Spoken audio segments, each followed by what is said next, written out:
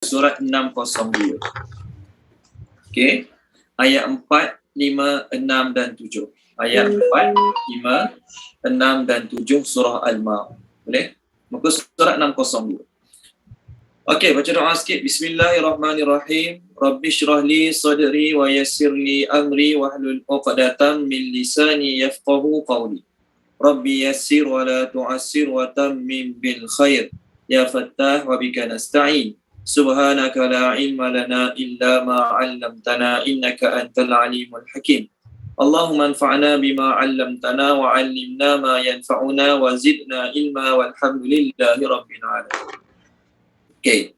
Surah Al-Ma'un, surah yang ke-107, kita dah masuk ayat 1 sampai ayat 3 minggu lepas. Surah ni, 3 ayat pertama cerita pasal orang musyrikin Mekah. Manakala 4 yang terakhir cerita pasal munafik-munafik di Madinah. 4 yang terakhir cerita mengenai munafik di Madinah. Boleh? Okey, jadi kali ni kita start ayat nombor 4. Kita sambung ayat nombor 4 surah Al-Ma'un, insya-Allah. Okey, baik. Terjemah maka wailun kecelakaanlah.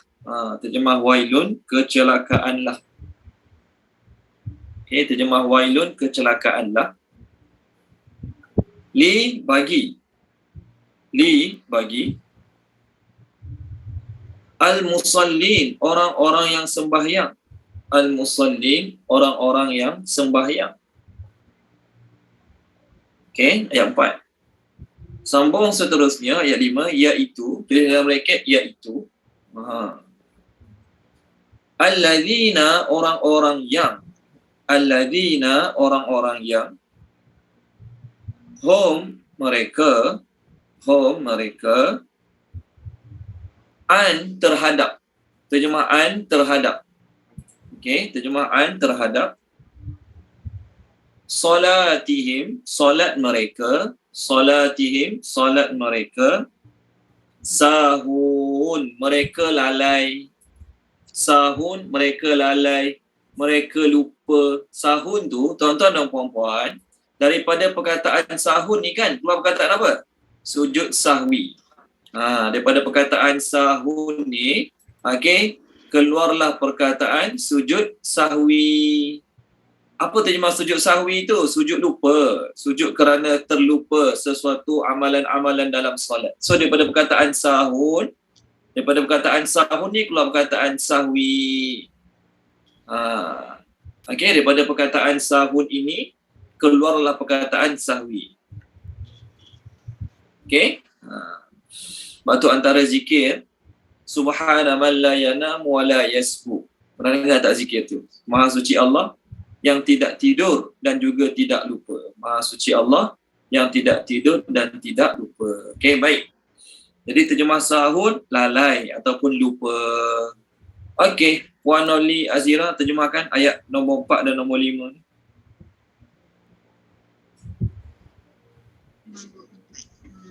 Maka kecelakaanlah bagi orang-orang yang sembahyang, iaitu orang-orang yang terhadap mereka, solat mereka lalai. Okey, baik. Terima kasih Puan Noli Azira. Jadi ayat 4, ayat 5, 6 dan 7, Ibnu Abbas radhiyallahu anhu berkata, ayat ini turun mengenai munafik yang ada di Madinah. Yang mana mereka hanya solat ketika orang ramai, tetapi tidak mengerjakannya ketika bersendirian. Mereka hanya solat ketika orang ramai, tetapi tidak mengerjakannya ketika bersendirian. Maknanya, Allah Ta'ala sebut kecelakaan bagi orang semayang ni bukan semua. Allah sebut kecelakaan bagi orang semayang ni bukan semua. Allah sebut kecelakaan ni bagi orang yang semayang mereka sama macam semayang munafik. Saya yakin. Tuan-tuan mungkin, saya rasa, nak cakap yakin betul juga. Saya rasa tuan-tuan mungkin pernah dengar ada ustaz-ustaz ke, ataupun orang lama-lama ke, dia kata surah Al-Ma'un ni jangan berhenti ayat 4. Tak baik.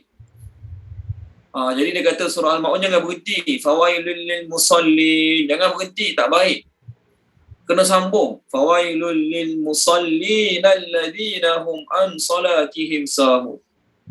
Pernah dengar? Siapa pernah dengar? Ada orang beritahu macam tu. Tak pernah dengar? Ini orang mungkinlah setengah-setengah orang kampung ke, baru belajar bahasa Arab ke apa ke, tak tahulah. Dia kata, tak baik berhenti kat fawailul musallin.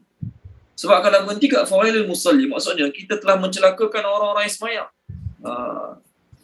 Maksud tak boleh berhenti tu memang ada, ustaz cakap maksud dalam kitab-kitab memang ada maksud tak boleh berhenti.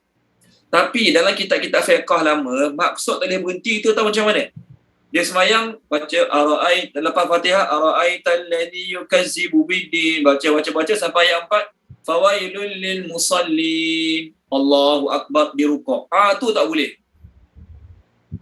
Tu yang tak boleh.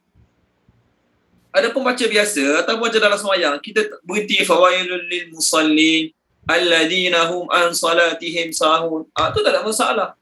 Tak boleh tadi bukanlah sudut haram tak sah semayang, bukan. Berdosa pun tidak, semayang masih lagi sah.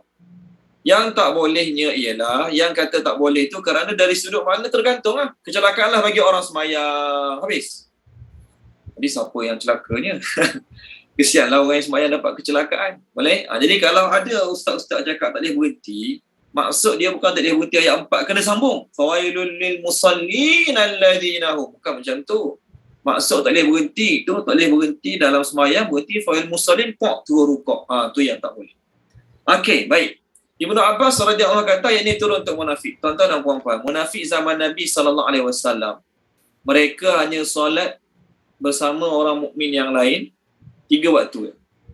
Zuhur, Asar, Maghrib.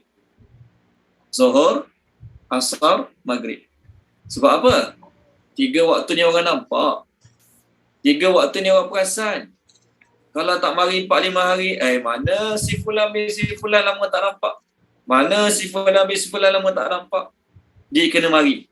Zuhur, Asar, Maghrib, kena mari.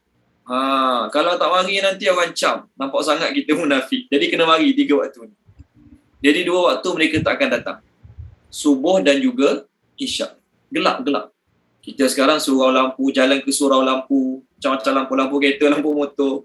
Memang orang perasan lah tak mari sokmo. Apa tak imam tak mari sokmo Maghrib Isyak contoh, orang perasan lah. Mantap imam kita subuh tak ada ni. Dia datang tanya dia bertugas je. Kita tanya dia tak tugas tak datang. Orang nampak contoh lah. Munafik zaman Nabi SAW, mereka hanya solat waktu yang orang nampak. Jadi waktu orang tak nampak, mereka tak datang. Ni Ibnu Abbas kata ayat ni turun untuk mereka lah. Tuan-tuan dan puan-puan, adapun kenyataan tu memang betul. Kenyataan Ibnu Abbas tu. Kita tak boleh nak ambil kenyataan tu, kita jadikan ukuran pada orang sekarang. Sebab apa tahu? Ada penceramah. Dia kata apa? Tuan-tuan dan puan-puan, zaman Nabi SAW, munafik tak main solat subuh dengan solat Isyak. Betul? Kenyataan tu betul? Memang ada. Munafik zaman Nabi tidak datang solat berjemaah subuh dengan Isyak. Lepas tu dia tanya kita pula tahu. Dia tanya sama audience. Macam mana tuan-tuan rasa pendapat tuan-tuan tentang orang yang subuh tak pergi, zuhur tak pergi, asar tak pergi, maghrib tak pergi, Isyak tak pergi? Dia kata macam tu. Jadi seolah-olah dia nak kata apa dia? Munafik bagus lagi datang 3 waktu. Orang Islam sekarang suatu waktu pun tak pergi. Boleh ke tak boleh kenyataan tu? Tak boleh. Kenapa tak boleh? Munafik zaman Nabi SAW hukumnya kafir, keluar pada agama Islam. Walaupun dia solat 5 waktu bersama Nabi. Munafik zaman Nabi SAW, walaupun mereka solat belakang Nabi 5 waktu belakang imam, hukumnya tetap kafir. Adapun munafik zaman sekarang ni dipanggil munafik sifati ataupun munafik amali. Ni Imam Tirmizi tulis. Ni Imam Tirmizi tulis dalam kitab dia. Imam Tirmizi kata, semua hadis-hadis dan ayat Quran mencela munafik. Hadis-hadis dan ayat Quran tersebut mencela munafik akidah. Mencela munafik akidah. Boleh? Adapun zaman sekarang, tidak ada lagi orang yang akidahnya munafik. Yang ada dipanggil munafik amali. Okey, ataupun sifati. Ni zaman sekarang ni. Okey.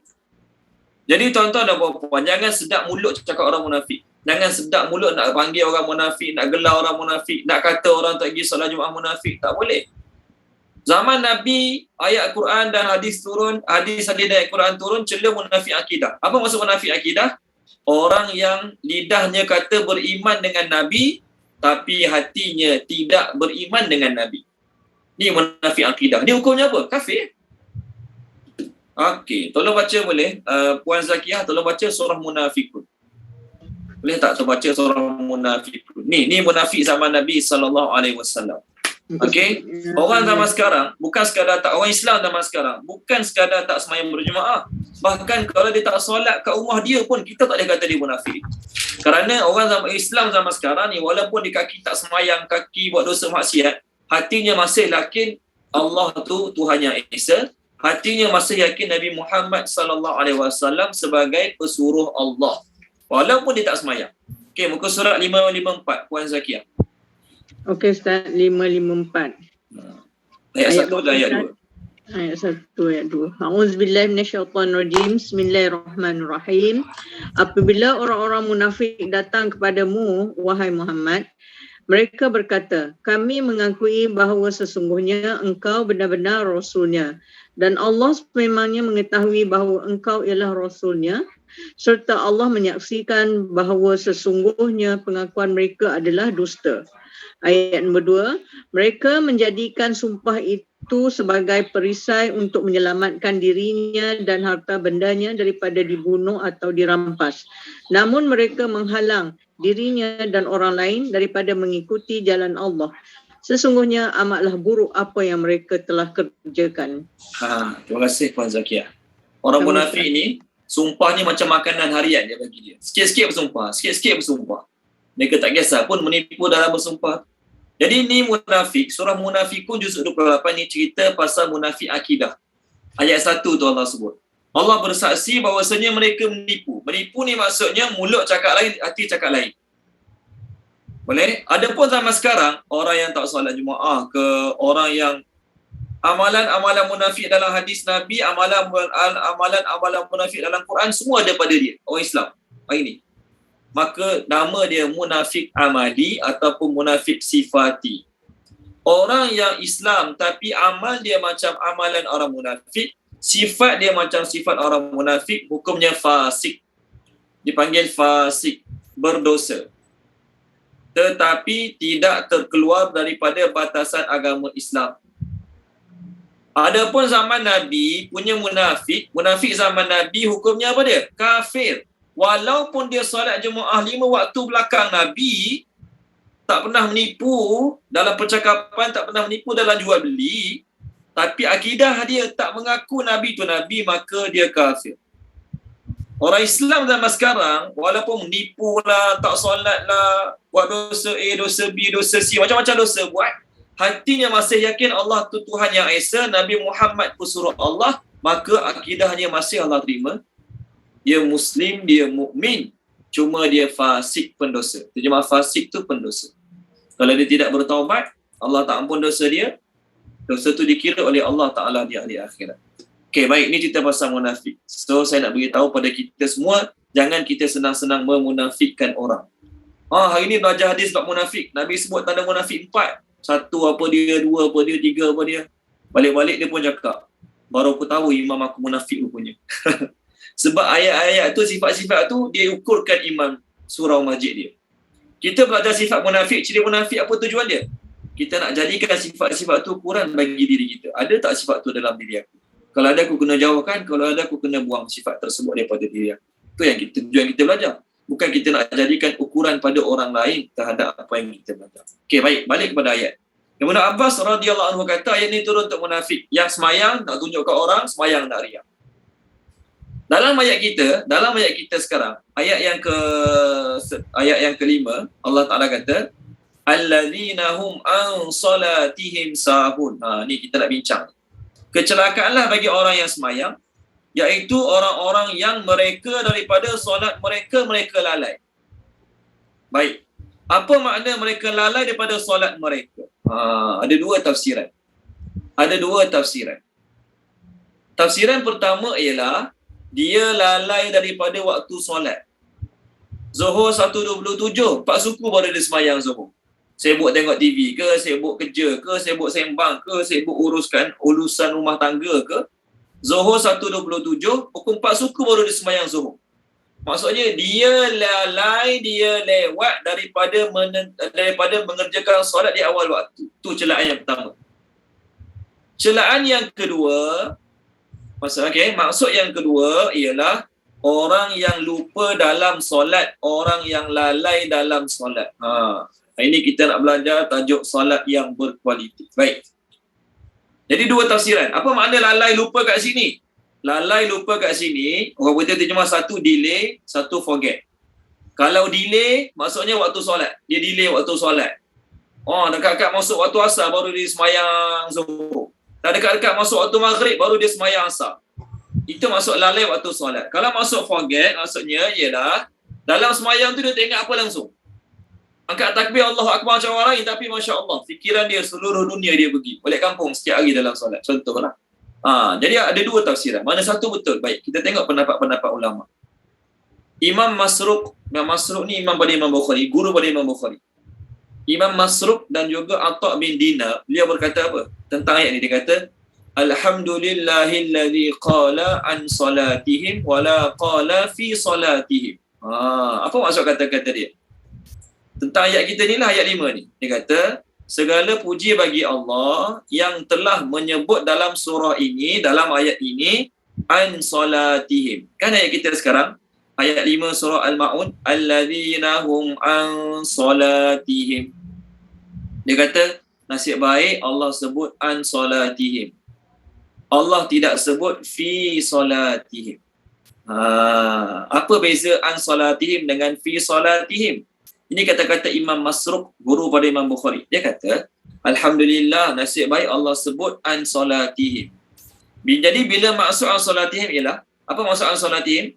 Kecelakaanlah bagi orang yang lalai daripada waktu solat. Maksudnya ayat ni mencela orang yang lalai daripada mengerjakan solat di awal waktu. Lewat-lewat tadi. Kalaulah ayat ni Allah turunkan bukan bunyi an salatihim, tapi bunyi dia fi salatihim. Apa terjemah fi? Apa terjemah fi? Dalam. Yes, Masya Allah. 2-3 orang saya nampak jawab dalam. Puan Azlina jawab dalam. Okay, Puan Nik jawab dalam. Ni huruf-huruf dipanggil preposition dalam bahasa Arab. Ingat an, fi, bi, ila, ala pun dah cukup baik dah. Okay, kalaulah ayat ni Allah turunkan dengan bunyi alladzina hum fi salatihim, apa terjemah dia? Kecelakaanlah bagi orang-orang yang semayang, iaitu orang-orang yang dalam solat mereka lalai. Habislah Tok Imam, Tok Bilal, Tok Siap, ustaz-ustaz semua kena. Nak orang baru kahwin semalam, sebulan lepas kahwin hari-hari kena cela dalam semayang.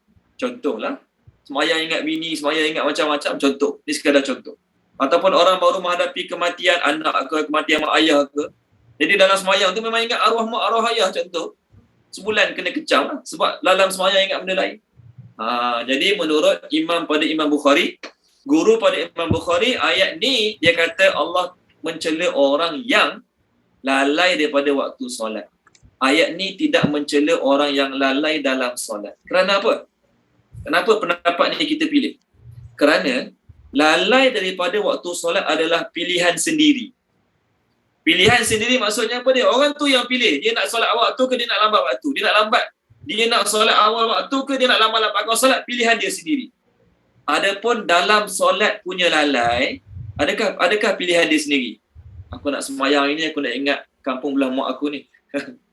Isyak sekarang aku nak semayang, aku nak ingat pengalaman aku cuti Korea 2 tahun lepas. Ada tak siapa semayang dia niat macam tu? Tak ada. Angkat takbir Allahu Akbar, automatik datang macam-macam dalam fikiran. Angkat takbir Allahu Akbar, kita tak ada niat pun. Aku semayang ni aku nak lalai. Aku semayang ni aku nak ingat kucing aku. Aku semayang ni tak ada. Jadi benda yang kedua ni, bila sebut lalai dalam solat bukan pilihan. Tak datang tanpa kita sedari. Jadi kalau kita dengar pendapat Imam Masruq ni, imam pada Imam Bukhari ni, kita rasa apa? Lega sikit, Alhamdulillah. Kita rasa lega sikit, Alhamdulillah. Mujurlah Allah cela orang yang lambat waktu solat. Kalau Allah cela orang yang lalai dalam solat, hari-hari aku termasuk dalam golongan. Okey, baik. Jangan gembira sangat, jangan suka sangat, jangan suka lagi. Tak habis lagi cerita ni. Ini pendapat imam pada Imam Bukhari. Adapun Ibnu Abbas, Ibnu Abbas ni keras sikit lah. Ibnu Abbas punya pendapat, tak, ayat ni cela dua-dua sekali. Allah cela orang yang lalai daripada waktu solat dan Allah cela orang yang lalai dalam solat. Mana dalil dia? Mana dalil dia? Puan Azlina, tolong baca boleh? Puan Azlina. Surah Taha. Ni Ibnu Abbas punya pendapat. Inilah patut kita ikut untuk diri kita. Untuk orang lain tak apa. Kita cakap pendapat pertama tadi. Untuk orang lain. Untuk kita ni. Okey, muka surat 313. Puan Azlina 313 surah Taha. 313. Okay, surah Taha ayat 14. 313 ayat 14. 313 ayat 14. Bismillahirrahmanirrahim. Sesungguhnya akulah Allah, tiada Tuhan melainkan aku. Oleh itu, sembahlah aku dan dirikanlah solat untuk mengingatiku. Okey. Poin terakhir tu, nampak? Terima kasih Puan Azlina. Allah cakap, dirikanlah solat untuk mengingati aku. Jadi kalau kita ada bilik semayang kat rumah, ni sekadar cadangan, bukan Nabi suruh buat yang cakap Nabi suruh buat, ni sekadar saya punya cadangan. Kalau kita ada bilik semayang kita kat rumah kan, kita ada bilik semayang kita sendiri kat rumah, kita tampal ni ayat wa aqimis solata li zikri. Kita tampal kat dinding depan kita nak semayang tu, kita tulis ke, kita print out kat mana-mana ke, kita tampal kat dinding ke, ataupun panggil orang pandai tulis khat, suruh dia tulis khat kat depan dinding tempat kita semayang tu, tulis ayat tu. Wa aqimis solata li zikri.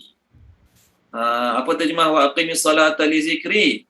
Dirikanlah solat, okey, li zikri, untuk, terjemah li untuk, zikri mengingati aku. Ni, tulis depan rumah. Tulis sendiri tak apa dengan tangan, tak kisahlah, panggil orang tulis khat ke, print out mana-mana tulisan ke, supaya tiap kali nak semayang kita sedar Allah suruh semayang, tujuan dia apa? Ingat Allah. Tujuan semayang ingat Allah ni. Ibnu Abbas menggunakan dalil ayat 14 ni. Dia kata ayat kita tadi, ayat 5 surah Al-Ma'un yang kita bincang hari ni, Allah bukan sekadar cela orang lupa lalai waktu semayang. Allah juga mencela orang yang lalai dalam semayang. Sebab tujuan semayang bukan sekadar semayang. Tujuan semayang ingat Allah. Kalau dah semayang walaupun awal waktu tapi tak ada ingat Allah, no point. Keras sikitlah pendapat Ibnu Abbas ni. Jadi pendapat Ibnu Abbas ni kita ambil untuk diri kita. Adapun untuk orang lain, kan, kita pilih pendapat pertama tadi. Yang keras-keras susah-susah tu untuk aku.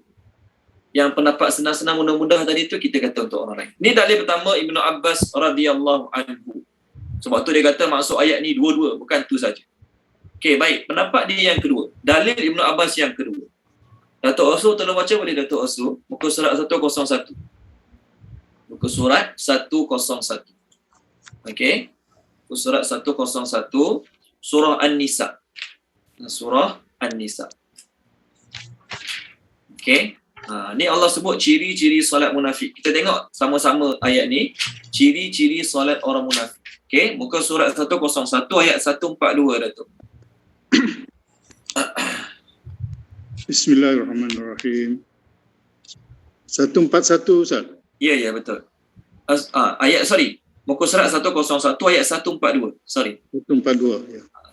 Sesungguhnya orang munafik itu hendak menipu Allah, tetapi Allah lah yang menipu mereka. Tetapi Allah yang tidak menipu mereka. Apabila mereka berdiri untuk solat, mereka lakukan dengan malas.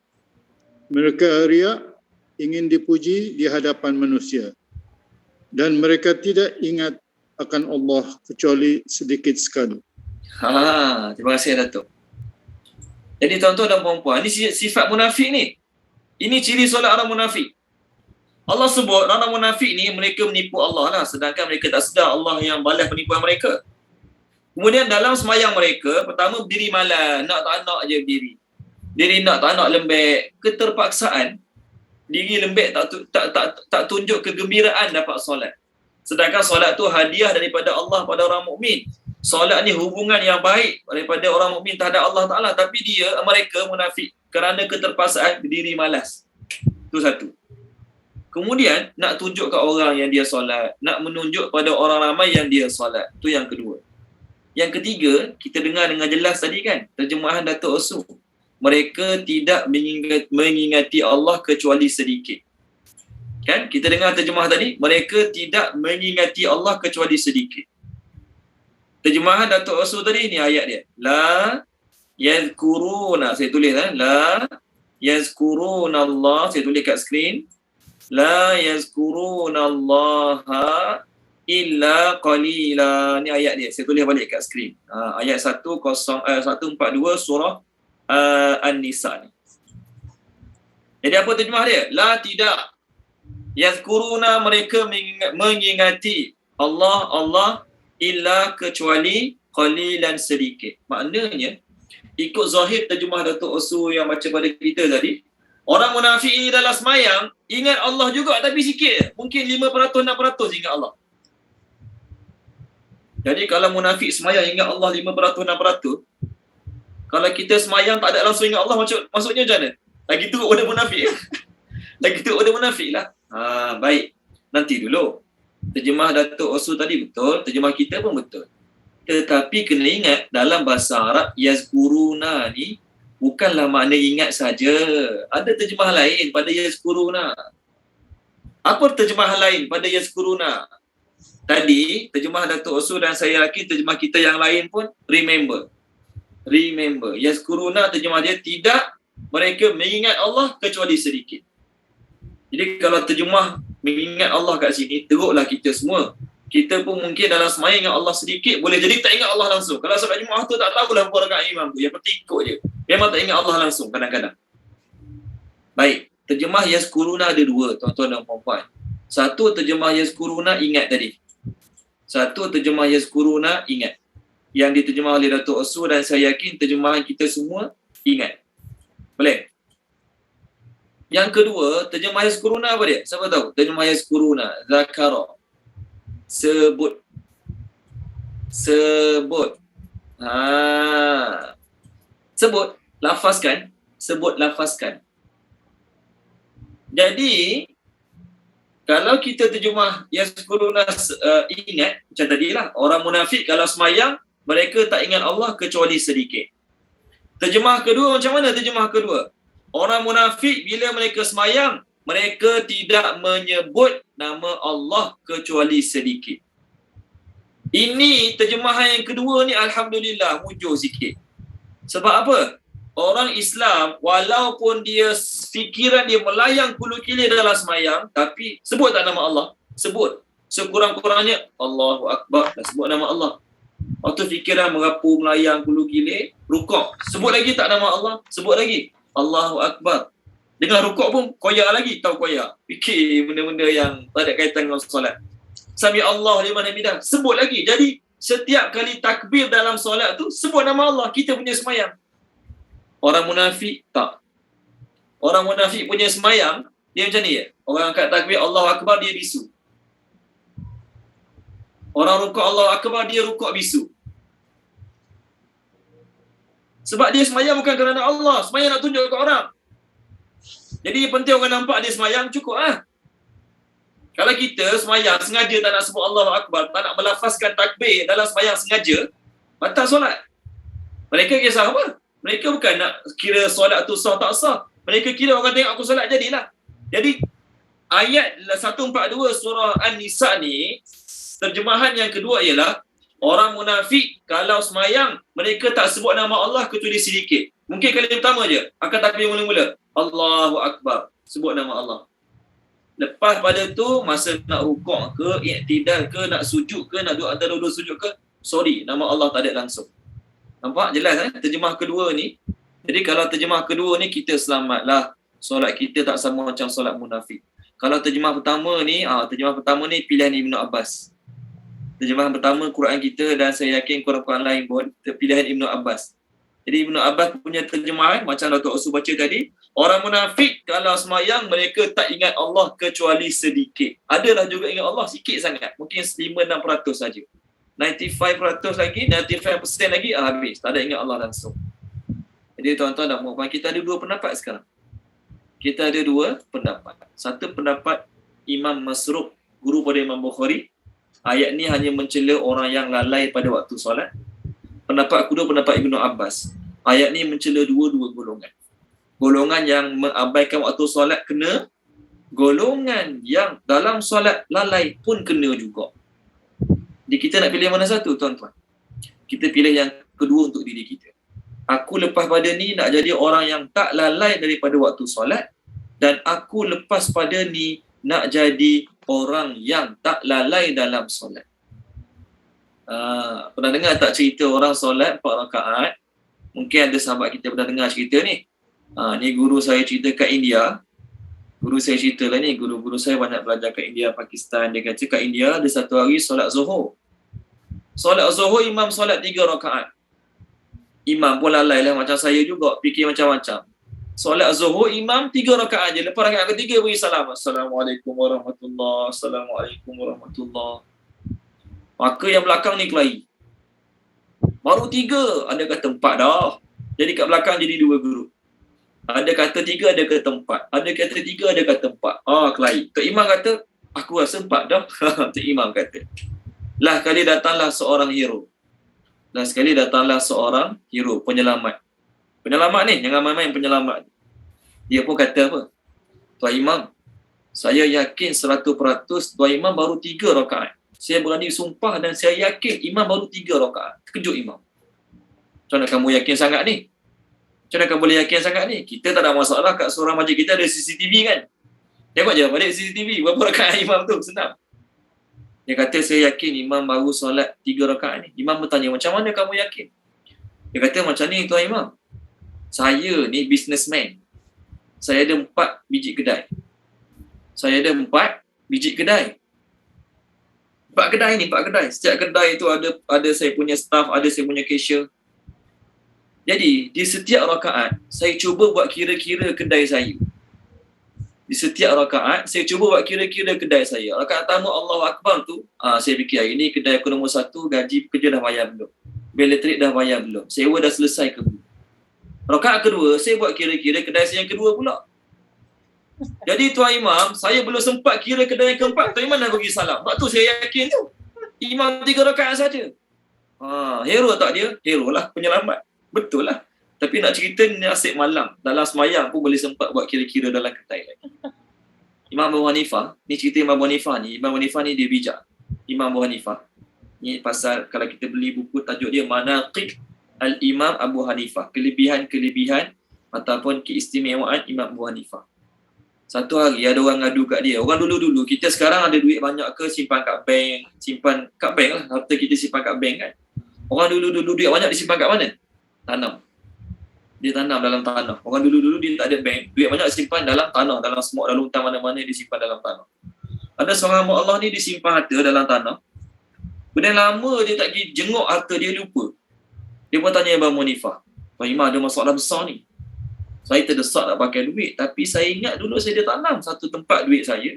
Tak ingat kat mana. Macam mana nak beringat balik? Imam Hanifah kata senang Lepas solat isyak malam karang, ambil wuduk, hang niat nak solat sampai pagi. 2 rakaat sampai pagi. Mesti jumpa duit hang. Dia angkat takbir Allahu Akbar. Lepas baca Fatihah, dia teringat kat mana duit dia. Tu berhenti semayang, pergi cari gali duit dia malam tu juga. Nampak Imam Hanifah? Dia kata nak ingat balik duit hang sembayang 2 rakaat. Dia suruh sampai pagi ni. Dia suruh sembayang sampai pagi. 2 rakaat sampai pagi.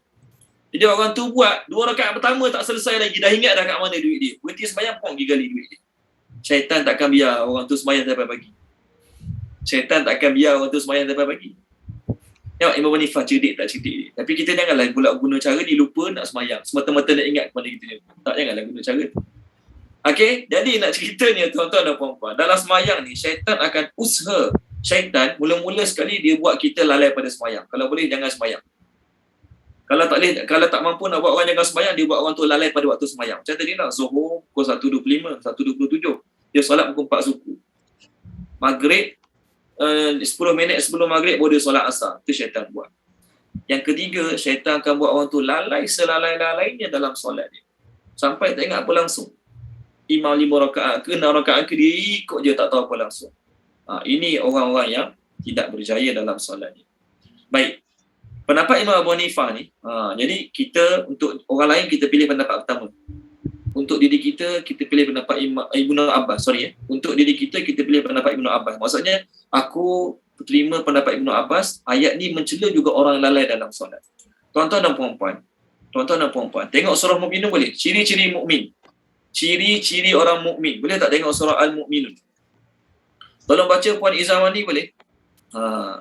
Puan Izawani tolong baca surah Al-Mukminun. Page pertama surah Mukminun. Okey, muka surat 342. Ayat 1 dan 2 je. Puan Izawani tolong baca ayat 1 dan 2. Bismillahirrahmanirrahim. Sesungguhnya telah berjaya orang yang beriman. Ayat kedua, orang yang mereka dalam solat mereka, orang yang khusyuk. Okey, cukup. Tu je. Ayat ni banyak lagi. Terima kasih Puan Izawani. Dalam page 342 ni, ada 6 ataupun 7 ciri-ciri mukmin dalam page ni. Ada 6 ataupun 7 ciri-ciri mukmin dalam page 342 ni. Tak apalah, kita bukan nak cerita ciri-ciri mukmin malam ni. Allah sebut ciri mukmin yang pertama adalah orang yang, tengok ciri-ciri mukmin yang pertama ialah orang yang bukan sekadar solat tapi khusyuk dalam solatnya. Boleh? Orang mukmin ni bukannya sekadar semayang. Dia mukmin. Kenapa dia mukmin? Dia semayang? Tak. Jangan cakap macam tu. Orang mukmin ni bukan dia semayang, tapi semayang yang ada kualiti, yang khusyuk dalam semayang dia. Jadi orang khusyuk tu maksudnya orang yang semayang dia diingat Allah Subhanahu Wa Taala. Tu baru mukmin sebenar. Kalau dia semayang tapi tak ingat Allah langsung dalam semayang, dia tak termasuk lagi ayat 2 punya sifat. Apa itu khusyuk? Sebut khusyuk ni apa dia? Khusyuk ni dalam bahasa Arab, sekiranya diterjemahkan Arab ke Arab, makna khusyuk ialah sakinina. Ni terjemah khusyuk. Orang tanya khusyuk, apa tu khusyuk? Ini tafsiran Imam Jalaluddin As-Sayati. Sakinina, orang yang tenang. Sakinah kan? Sakinah ketenangan. Nun sukun. Sakinah tu ketenangan. Sakinina ialah orang yang tenang. Fi at-ta'ah. Orang yang tenang dalam ketaatan. Orang yang tenang dalam ketaatan. Okey, tenang dalam ketaatan. Ni maksud khusyuk. Orang yang tenang dalam ketaatan. Tenang ni tak tahu macam mana nak bayangkan tenang. Tenang ni bila borak dengan kawan-kawan kat kedai mamak, kawan lama tak jumpa. Seronok tak kita, malam ni kita ada urusan pukul 10, contoh. Kita ada urusan pukul 10. Kawan lama ajak borak kat kedai mamak daripada pukul 9.30. Nak tak?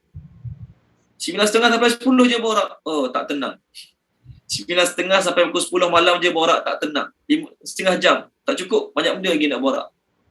Jadi kita pilih waktu borak tu bila? Setelah selesai semua urusan, dah free, kita borak masa tu. Jadi bila kita borak masa tu, masa kita dah free, kita tak terkejar-kejar lagi. Okay, baik. Ada seorang ustaz, guru, saya lupa nama dia, di India, nak cerita ni. Sekarang ni saya nak bahas pada tuan-tuan, apa maksud tenang dalam taat ni. Ada seorang guru, dia travel dengan anak-anak murid dia, naik kereta api lah kat India ni. Jadi bila sampai satu stesen tu, dia orang turun, nak tukar kereta api. Maka anak murid dia kata, Tuan Guru, kita dah sampai ni. Jom kita solat cepat-cepat, kemudian kita makan-makan dengan tenang. Ayat dia, dengar. Dia kata, Tuan Guru, jom. Kita dah sampai stesen baru ni. Kita solat cepat-cepat, kita makan dengan tenang. Guru dia tengok dia, guru kata apa? Nahi. Kita makan cepat-cepat, kita solat dengan tenang. Nampak beza? Nampak tak beza dia? Anak murid dia kata, jomlah kita sembahyang cepat-cepat, kita makan dengan tenang sambil borak-borak, kita dah solat, jadi tak perlu terkejar-kejar lagi lah. Makan, relax, dah solat. Guru dia jawab, tak. Kita makan cepat-cepat, kita solat dengan tenang. Jadi bila dah makan, solat tak fikir makan lah. Dah selesai. Nampak? Sikit je beza dia. Tapi nak ceritanya hebat tak hebat orang yang menganggap solat tu maksud. Solat tu yang nak buat kena dengan tenang. Tenang dalam ketaatan ni, tak suka terkejar-kejar. Orang lelaki, dia mancing. Kalau orang minat mancing tu, dia tenang dalam memancing. Isteri dia bagi pergi mancing sejam saja. Lepas tu kena balik. InsyaAllah tak pergi. Benda tenang, takkan dah buat sejam je. Kena pergi 3 hari 2 malam. Baru insyaAllah feel dia rasa. Contohlah. Dah lama. Jadi macam tu lah juga. Sahabat-sahabat dapat feel khusyuk ni. Sebab tu sahabat-sahabat boleh solat malam sampai pagi. Ada sahabat yang baru kahwin, solat malam, lupa isteri dia kat sebelah, sampai isteri dia kena ngadu kat Nabi, ya Rasulullah, saya dah seminggu kahwin, suami saya belum sentuh saya lagi. Ada dalam kisah sahabat. Maka Nabi panggil sahabat tu, Nabi kata apa? Alaika haqqun, wa ala nafsika haqqun, wa ala zawjatika haqqun. Kamu ada hak. Atas isteri kamu ada hak. Badan kamu pun ada hak. Kena rehat juga. Tapi nak macam mana? Orang yang tenang dalam solat, sehingga kan sahabat-sahabat ada tanya Nabi, ya Rasulullah, nanti dah masuk syurga boleh solat tak? Orang mancing kalau orang lagi minat mancing ni, mungkin dia tanya ustaz dalam syurga boleh mancing tak? Minat sangat mancing, masuk syurga fikir mancing lagi. Na'udzubillah min zalik. Sahabat-sahabat, dia feel dalam solat dia tu, seronok sangat solat, sampai tanya Nabi, ya Rasulullah, nanti dalam syurga boleh solat lagi tak? Soalan macam tu timbul. Bagi siapa? Bagi orang yang tenang dalam ketaatan. Orang yang tenang dalam ketaatan. Okey, baik. Jadi Ibnu Abbas kata ayat ni mencela orang yang, tengok orang-orang yang apa maksud khusyuk. Boleh tak tengok surah Al-Baqarah maksud khusyuk. Tolong baca Tuan Haji Ishak Kasim, boleh Tuan Haji Ishak. Surah Al-Baqarah ni ada terang maksud khusyuk. Muka surat 7. Ayat 45 dan 46.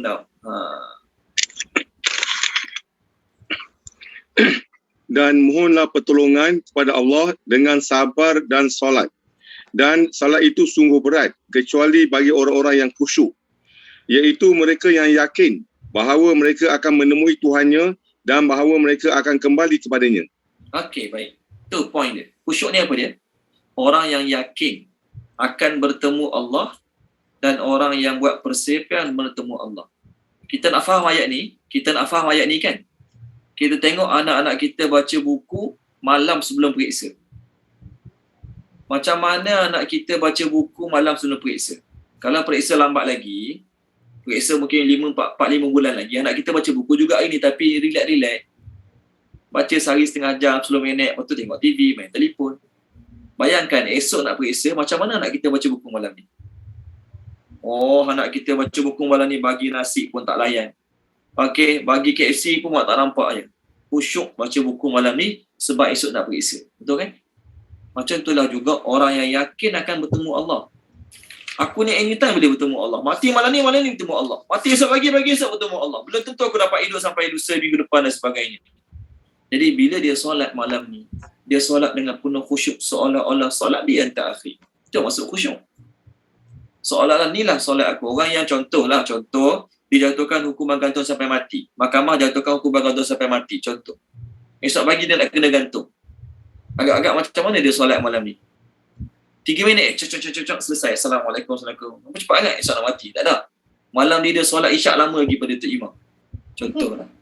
Kerana apa? Khusyuk dalam solat tersebut. Jadi perasaan ni nak kena ada. Nanti kita bincang bagaimana cara-cara nak dapat khusyuk. Boleh? Okey, baik. Dalam sebuah hadis yang diriwayatkan oleh Abu Darda radhiyallahu anhu, Nabi SAW bersabda, hadis ini riwayat Imam Tabrani, Nabi kata apa tahu? Awwalu syai'in yurfa'u min hadhil ummah al-khusyu' hatta la tara fiha khashi'an. Ni hadis ni penting. Nabi kata, perkara pertama yang Allah Ta'ala akan cabut daripada umat ini ialah khusyuk. Perkara pertama yang Allah Ta'ala akan cabut, Allah Ta'ala akan tarik, Allah Ta'ala akan hilangkan daripada umat ini ialah khusyuk. Sehingga Nabi kata, satu masa nanti, kau takkan jumpa seorang pun yang khusyuk. Kau takkan jumpa seorang pun yang khusyuk. Semua lalai dalam solat. Nak orang yang solat bersendirian. Kalau berjemaah tu okeylah sikit. Ada Tok Imam, ada makmum yang mungkin khusyuk. Kalau kita seorang-seorang, memang biasa. Kita solat maghrib, solat isyak, solat zuhur, solat asar. 4 ke 5, 4 ke 5, 3 ke 4, 3 ke 4. Sebab tu dalam kitab fiqh, kalau kita was-was 3 ke 4, kena macam mana? Ambil yang paling kurang 3. Kita dah rakaat keempat sebenarnya, tapi kita was-was. Aku ni 3 ke 4. Masa tu kena ambil 3. Tambah lagi 1. Walaupun solat tu jadi 5 rakaat, tetap sah juga. Walaupun solat tu jadi 5 rakaat, solat zuhur kita jadi 5 rakaat sebenarnya. Padahal rakaat keempat dah, tapi kita was-was tadi. Kan? Kita pun anggap bagi baru 3, kita tambah 1 lagi. Jadi 5 rakaat solat kita. Sah tak solat tu? Tetap sah juga solat tersebut. Okey, baik. Bagaimana kita? Jadi bila kita dah bincang benda-benda ni, apa yang kita bincang malam ni, penting tak solat khusyuk? Penting. Dia bagaimana nak dapat solat khusyuk? Bagaimana nak dapat solat khusyuk? Ini cara-cara yang ulama-ulama tulis dalam kitab-kitab untuk dapatkan solat khusyuk.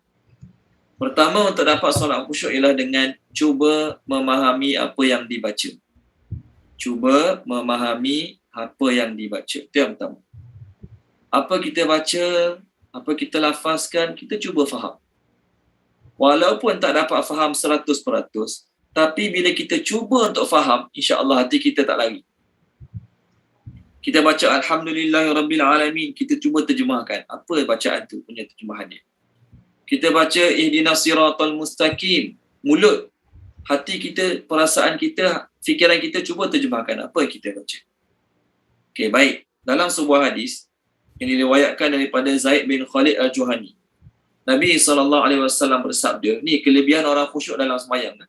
Kelebihan orang yang khusyuk dalam sembahyang. Nabi kata, man tawadda'a, siapa yang berwuduk, fa ahsana wudu'ahu, dia sempurnakan wuduk dia betul-betul, thumma shalla rak'ataini la yashu fihima ghufira lahu ma taqaddama min zambi. Lepas dia ambil wuduk betul-betul, dia sembahyang 2 rakaat, dia tidak lupa sesuatu Allah dalam solat tersebut. Dalam solat tu tak lupa Allah langsung, maka akan diampunkan baginya dosa-dosa dia yang telah lalu. Dia orang yang semayang, dia tak lupa langsung dalam semayang dia Allah Ta'ala, dosa-dosa dia akan diampunkan. Hadis yang kedua dalam bab khusyuk ni, tadi pertama yang Allah akan angkat khusyuk daripada umat ni. Yang kedua tadi, yang ketiga daripada Uqbah bin Amir Al-Juhani, Nabi SAW bersabda, Nabi kata, ma min muslimin yatawadda'u fayusbighul wudu'a summa yaqumu fi salatihi faya'lamu ma yaqul. Ni hadis sebut, mana-mana orang Islam berwuduk, kemudian dia sempurnakan wuduk dia, kemudian dia berdiri untuk solat, lalu dia mengetahui apa yang dia baca. Ni point dia. Dia mengetahui apa yang dia baca. Dia sedar apa dia baca. Tuan-tuan dan puan-puan, kita ni kadang-kadang punya tak sedar, lepas bangun untuk rakaat keempat, Allahu Akbar, tengah diri ni, keluar apa kat mulut?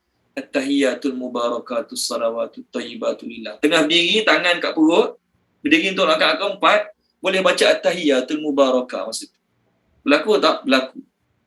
Benda ni berlaku. Punya lalai, kita tak sedar, tengah berdiri baca at-tahiyat apa dia. Jadi Nabi sebut, siapa yang berwuduk semayang lalu dia sedar apa dia baca, illa in fatala kayaumin waladatuhu ummu minal khataya laisa alaihi zanbun. Hadis riwayat Imam Hakim. Orang macam ni, kalau dia semayang, dia tahu apa dia baca, tak lalai langsung, dia akan kembali sebagaimana hari dia dilahirkan oleh ibu dia. Tidak ada kepadanya sebarang dosa langsung. Ni panggil solat kualiti. Solat kualiti macam ni lah. Solat yang dia tahu apa dia baca. Jadi kita bukan orang Arab. Tuan-tuan, ingat orang Arab, semua solat khusyuk ke? Mentang-mentang dia orang Arab, jadi solat dia insya-Allah confirm khusyuk. Dia pun mengaku juga macam kita. Lalai, fikir tu, fikir ni. Jadi apa cara nak dapat kekhusyukan solat? Pertama, kita cuba faham bagi kita. Macam mana nak faham? Sebelum kita solat, ni cara ni cara ni. Kita sama-sama usaha. Esok nak solat subuh, bangun awal sikit, kan? Kita solat subuh esok, kita buka doa iftitah berserta terjemahan. Type kat Google je, type kat Google. Doa iftitah berserta terjemahan. Jadi sebelum solat subuh esok, tuan-tuan dan puan-puan, sebelum solat subuh, baca 3 kali terjemahan doa iftitah tu. Baca 3 kali terjemahan doa iftitah. Apa tujuan dia? Supaya bila kita solat Allahu Akbar, masa kita baca iftitah tu, kita bayangkan balik apa kita baca 3 kali tadi. Itu salah satu cara. Walaupun kita tak boleh nak terjemah word by word doa iftitah tu, tapi sekurang-kurangnya kita tahu apa isi kita baca dalam doa iftitah. Tuan-tuan dan puan-puan, dalam mazhab Syafi'i, setiap waktu disunatkan solat qabliyah. Berbeza dengan mazhab Hanafi, maghrib tak ada sunat qabliyah. Jelas Mazhab Imam Syafi'i, setiap waktu ada solat qabliyah, qabliyah subuh, qabliyah tu solat 2 rakaat sebelum. Qabliyah subuh ada, qabliyah zuhur, qabliyah asar, qabliyah maghrib, qabliyah isyak. Mazhab Imam Abu Hanifah, maghrib tak ada. Maghrib lepas azan, pom qomat terus. Tak ada solat qabliyah maghrib. Sebab dia, Nabi tak buat. Memang Nabi tak buat, tapi Nabi kata liman sya'a, siapa yang nak buat boleh buat. Jadi mazhab Imam Abu Hanifah, lepas azan maghrib, terus qomat. Tak ada qabliyah. Itu kita mazhab Syafi'i macam mana Ustaz kita nak buat? Kita pergi mana-mana India, Pakistan ke, diorang ni lepas azan maghrib terus solat maghrib. Kita tak sempat buat qabliyah maghrib. Boleh je buat lepas bagi salam maghrib tu, kita buat pula qabliyah maghrib. Boleh. Imam bagi salam solat maghrib, kita bagi salam sama-sama imam. Lepas doa wirid kita membangun.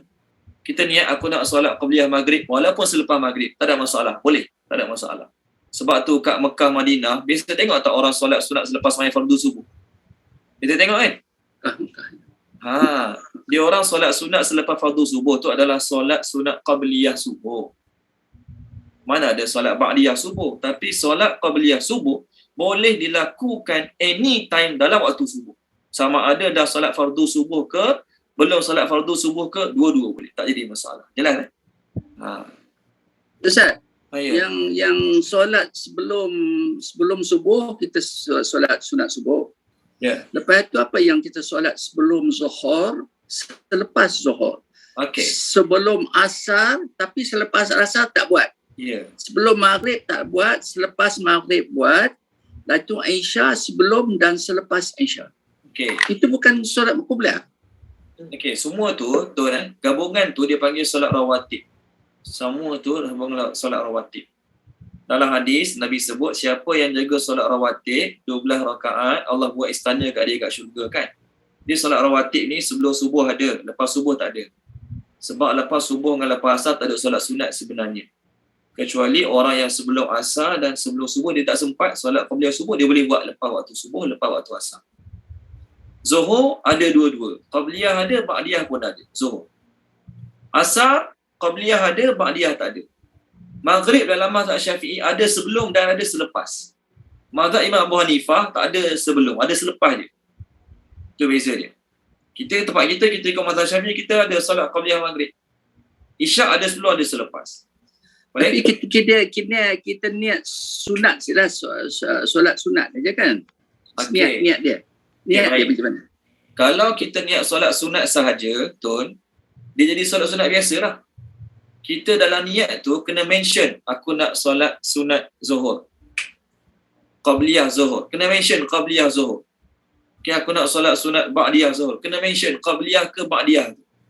Kalau kita niat solat sunat sahaja, tanpa kita mention apa-apa, dia jadi solat sunat biasa. Jadi solat sunat biasa. Okay? Kita solat sunat awal, sunat zuhur awal dan sunat zuhur akhir lah. Sama Boleh. kan? Kita niat macam ni, solat sunat sebelum zuhur, solat sunat selepas zuhur. Ya. Boleh. Qabliyah tu sebelum, ba'diyah tu selepas. Okey? Tak silap saya ada setengah tempat Indonesia dia guna perkataan ba'da. Bila nak jumpa ba'da asar, setengah tempat kat Indonesia.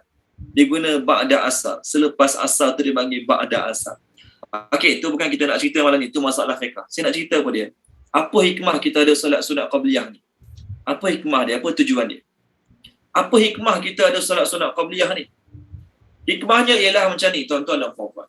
Kita tengah meeting daripada pukul 10 sampai pukul 1 suku meeting.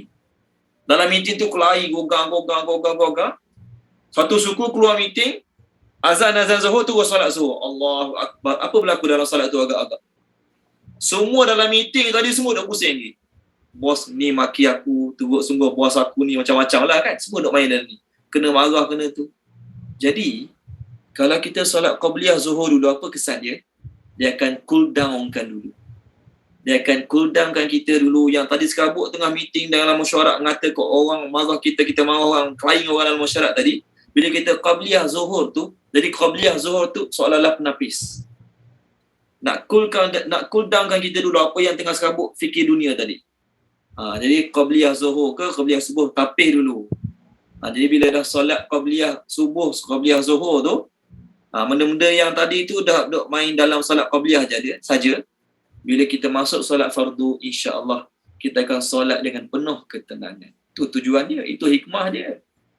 Patut orang dulu-dulu dia jaga solat qabliyah tu, supaya masa ba'diyah, masa solat fardu tu dah tak nak fikir benda-benda lain dah. Benda-benda lain, benda-benda serabut aku buat tadi, hanya benda tu serabut dalam solat qabliyah saja. Masuk solat fardu, masa tu dah boleh fokus. Kita kata apa dia? Kita seolah-olah kita datang awal sikit prepare. Betul kan? Datang awal sikit prepare. Okay? Kalau datang lambat, masa tu lah baru nak fikir, masa tu lah baru nak selesaikan masa hati dan fikiran, insya-Allah terabur habis. Okey, baik. Jadi itu kelebihan solat qabliyah. Kemudian, tuan-tuan dan puan-puan, pernah dengar tak hadis kelebihan surah Al-Fatihah? Tadi saya sarankan tuan-tuan kan, sebelum solat subuh esok baca dulu doa iftitah dan terjemahan. Dalam hadis riwayat Imam Bukhari, Imam Muslim, Imam Ahmad daripada Abu Hurairah, Nabi SAW bersabda tentang surah Al-Fatihah. Nabi SAW bersabda tentang surah Al-Fatihah. Nabi kata apa dia? Allah berfirman dalam hadis kursi. Allah kata, qasamtu solat baini wa baina abdi nisfaini. Aku bagi dua solat tu untuk hamba aku. Solat tu aku bagi dua untuk hamba aku dan untuk aku. Wali abdi ma sa'al. Untuk hamba aku apa yang dia minta. Untuk hamba aku apa yang dia minta, aku akan bagi. Kemudian Nabi sebut lagi, Allah berfirman, wa idza qala alhamdulillah wa idza qala alhamdulillahi rabbil alamin qala Allahu hamadani abdi. Bila kita baca tuan-tuan hari-hari, tak kisah solat subuh ke, zuhur ke, qabliyah ke, ba'diyah ke, solat tahajud ke, kita baca alhamdulillahi rabbil alamin. Apa terjemah dia? Segala pujian bagi Allah Tuhan sekalian alam. Allah jawab bacaan kita dengan berkata, apa Allah jawab? Tulis, terjemah dia boleh tulis untuk kita ingat subuh esok. Hamidani abdi, hambaku telah memuji aku. Kita baca alhamdulillahirabbil alamin. Allah jawab bacaan kita tuan-tuan. Allah kata, hambaku ni telah puji aku. Boleh? Kalau kita baca ar-Rahmanir-Rahim, Allah Ta'ala kata, asna alayya abdi, dia telah memuja-muja aku. Asna alayya abdi, dia telah memuja-muja aku. Jadi tulis pertama, hambaku puji aku. Ayat 1 Allah jawab tu. Ayat 2 Allah jawab, hambaku telah memuja-mujaku. Kemudian Nabi kata lagi, apabila hamba tu baca Maliki Yaumiddin yang memiliki pembalasan, maka Allah kata, majjadani abdi, hamba aku tu telah mengagungkan aku. Hamba aku tu telah mengagungkan aku. Okey? Dan ada riwayat lain mengatakan, Allah Ta'ala kata apa dia? Masa kita baca Maliki Yaumiddin, Allah kata, fawwada ilayya abdi. Boleh tulis juga. Allah jawab juga ayat Maliki Yaumiddin ni, Allah kata, hambaku itu telah menyerahkan urusan dia padaku. Fawwada ilayya abdi, hambaku itu telah menyerahkan urusan dia padaku. Okey? Fa'idha qala, Nabi sambung lagi, apabila hamba tu baca iyyaka na'budu wa iyyaka nasta'in, maka apa kata Allah? Qala hadza baini wa baina abdi wa li abdi ma sa'al. Apa terjemah dia? Allah kata, ini di antara aku dan hambaku, dan untuk hambaku apa yang dia minta. Itu terjemah dia. Saya ulang balik, bila kita baca iyyaka na'budu wa iyyaka nasta'in, terjemah dia, hanya kepada engkau kami sembah dan hanya kepada engkau kami minta pertolongan. Maka Allah jawab, ini antara aku dan hamba aku. Untuk hamba-Ku apa yang dia minta. Kemudian bila kita baca ihdinas siratal mustaqim siratal ladzina sampai habis surah Fatihah, maka Allah kata, Allah jawab, hadza li abdi wa li abdi ma sa'al. Ini untuk hamba-Ku apa yang dia minta. Hadis ni ada dalam tafsir Ibn Katsir surah Fatihah. Kita buka tafsir Ibn Katsir ni, boleh download dekat Google Store, App Store. Ada, boleh tengok tafsir surah Al-Fatihah. InsyaAllah ada hadis ni. Jadi tuan-tuan dan puan-puan, kalau kita dalam solat kita bayangkan, kita baca Allah jawab, barulah fikiran tu tak merapu. Barulah fikiran tu tak pergi kat lain. Okey, baik. Seterusnya, dah berapa cara dah ni? 3 cara segi tahu tadi kan? Pertama, faham makna. Kedua, solat qabliyah. Ketiga, Allah jawab bacaan Fatihah kita. Keempat, cara nak datang khusyuk dalam solat. Okey. Hati kena rasa penuh agung kebesaran Allah. Anggota badan diam dan tenang. Ni pun salah satu cara nak khusyuk dalam solat juga. Masa kita nak solat, hati kena rasa keagungan Allah. Badan kena diam dan tenang. Badan kena diam dan tenang. Ini cara keempat untuk datangkan khusyuk dalam solat. Boleh? Kemudian cara kelima. Cara kelima nak datang khusyuk dalam solat apa dia? Jaga pandangan mata. Jaga pandangan mata dalam solat. Ni penting juga ni. Okay, kadang-kadang solat duk baca tulisan kat depan. Tulisan khot kat depan kan, tulisan dia tulisan khot bukan semua kita boleh baca kan. Kita dengan solat duk baca. Apa je tulis ni? Apa tulisan ni? Nampak alif dengan ba je, yang lain semua tak nampak. Duk fikir dalam solat macam tu. Jadi Imam Abu Hanifah, dia kata apa tahu? Masa kita berdiri, Imam Abu Hanifah ni, saya beritahu Imam Abu Hanifah dulu. Masa kita berdiri, kita tengok tempat sujud. Masa kita rukuk, tengok kaki kita. Tengok ibu jari ataupun jari kaki kita. Masa kita berdiri, mata kita jangan pandang gulu gilir, pandang pintu, pandang tingkap, pandang langsir masjid. Tengok jadual waktu semayang kat masjid. Kan kat masjid macam-macam ada kat depan tu. Tengok kuliah-kuliah kat masjid tengah semayang. Dia datang kat skrin depan tu. Kuliah Isnin siapa, Selasa siapa. Jangan baca benda-benda macam tu dalam semayang. Masa diri, tengok tempat sujud. Masa rukuk, tengok kaki. Ni Imam Abu Hanifah punya cara lah. Masa i'tidal, tengok tempat sujud. Masa sujud, tengok tempat sujud. Masa sujud, tengok tempat sujud. Boleh? Masa duduk antara dua sujud, tengok tangan kita. Tangan kanan, jari tangan kanan. Kat atas paha kan. Kita duduk antara dua sujud, kat jari atas paha. Tengok tangan kita tu. Okey? Sekarang ni, solat renggang-renggang betul kan? Sekarang ni solat kat masjid renggang-renggang. Dulu masa solat rapat-rapat tahu tak apa? Masa duduk antara dua sujud, tengok kuku orang sebelah. Tengok kuku orang sebelah. Panjangnya kuku dia. Kalau kita pejam mata macam mana? Makruh tu. Solat sambil pejam mata makruh. Tapi lebih khusyuk. Aku lebih khusyuk. Pasal kalau tengok ke situ pun kapet tu bunga dia macam mana. Saya punya kapet tak ada colour tu. Saya punya sejadah. Ada tengok bunga tu jadi macam rupa buah lah macam-macam. Ya. Okey, baik Tun. Wallahualam, tapi solat tutup mata hukumnya makruh. Solat tutup mata hukumnya makruh. Okey. Makruh kenapa tu? Makruh takut bahaya datang kita tak sedar. Tengah-tengah solat ular mari nak patuk ke, kalau jengkil datang nak patuk ke. Okey. Pok patuk kita mati. Kenapa mati? Dia semayang punya mata. Bila semayang buka mata, apa bahaya datang wajib tinggal semayang. Selamatkan nyawa dulu. Sebab tu makruh. Tu salah satu sebab makruh lah. Okey. Okay, kita letak kain putih kat depan itu. Kain tak berwarna dekat. Ya, sebab tu. Okey, sebab tu saya bukan nak puji Perlis. Okey. Sebab tu kat Perlis, dia orang tak bagi letak ayat Quran kat dinding, dia orang tak bagi letak benda-benda kat dinding. Kata mereka bid'ah lah, zaman Nabi tak ada. Kita tak nak sentuh bid'ah tak bid'ah tu, tak nak sentuh tu cerita lain. Tapi bagusnya apa dia? Bila masjid depan dia kosong, dinding putih je, pandangan mata kita tak adalah fikir macam-macam. Baguslah kalau sejadah kita tu satu colour. Betul lah, kalau yang corak bunga fikir ni bunga ni sayur ke bunga ni. Ni lambang daun ke lada ni. Dia fikir benda macam tu lah. Ni daun ke lada ni. Sejadah aku ni daun ke lada ni. Jadi bila banyak sangat corak tu jadi tak bagus dia tu. Termasuk juga makruh kita semayang pakai pakaian yang berwarna-warni. Makruh. Kenapa makruh? Kita mengganggu kekhusyukan orang lain. Kita sembahyang berjemaah, jubah kita belang-belang. Orang belakang kita tengok. Macam nasi rumah aku dulu ni. Macam nasi rumah aku dulu ni. Makruh. Okay? Itu lelaki. Kalau perempuan kan, dia sembahyang, dia tengok depan dia. Ni tudung Khadijah, tapi cetak rompak Vietnam. Aku punya original. Tengok orang lain. Okay, bukan semualah. Sekadar gurau, jangan marah. Jadi apa maksudnya? Jaga mata. Ni Imam Abu Hanifah. Imam Syafi'i senang kan? Imam Syafi'i setiap masa tempat sujud. Tu dia. Ustaz, saya nak tanya. Ya. Okey, macam tadi kan Ustaz mention pasal tenang dalam solat yang dah dikongsikan tadi.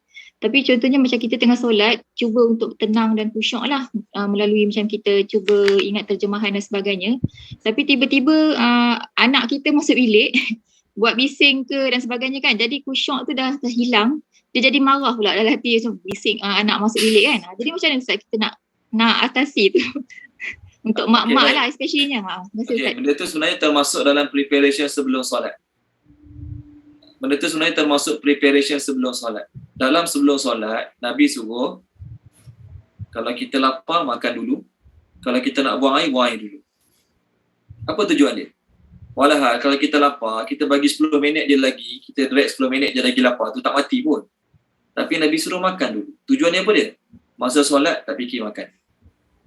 Masa solat, tak fikir makan. Kalau kita sakit perut nak buang air, besar kecil, buang air dulu. Supaya masa solat, tak fikir buang air. Walahal kita boleh je nak tahan 10 minit, 20 minit lagi. Tapi Nabi tak bagi fikir macam tu.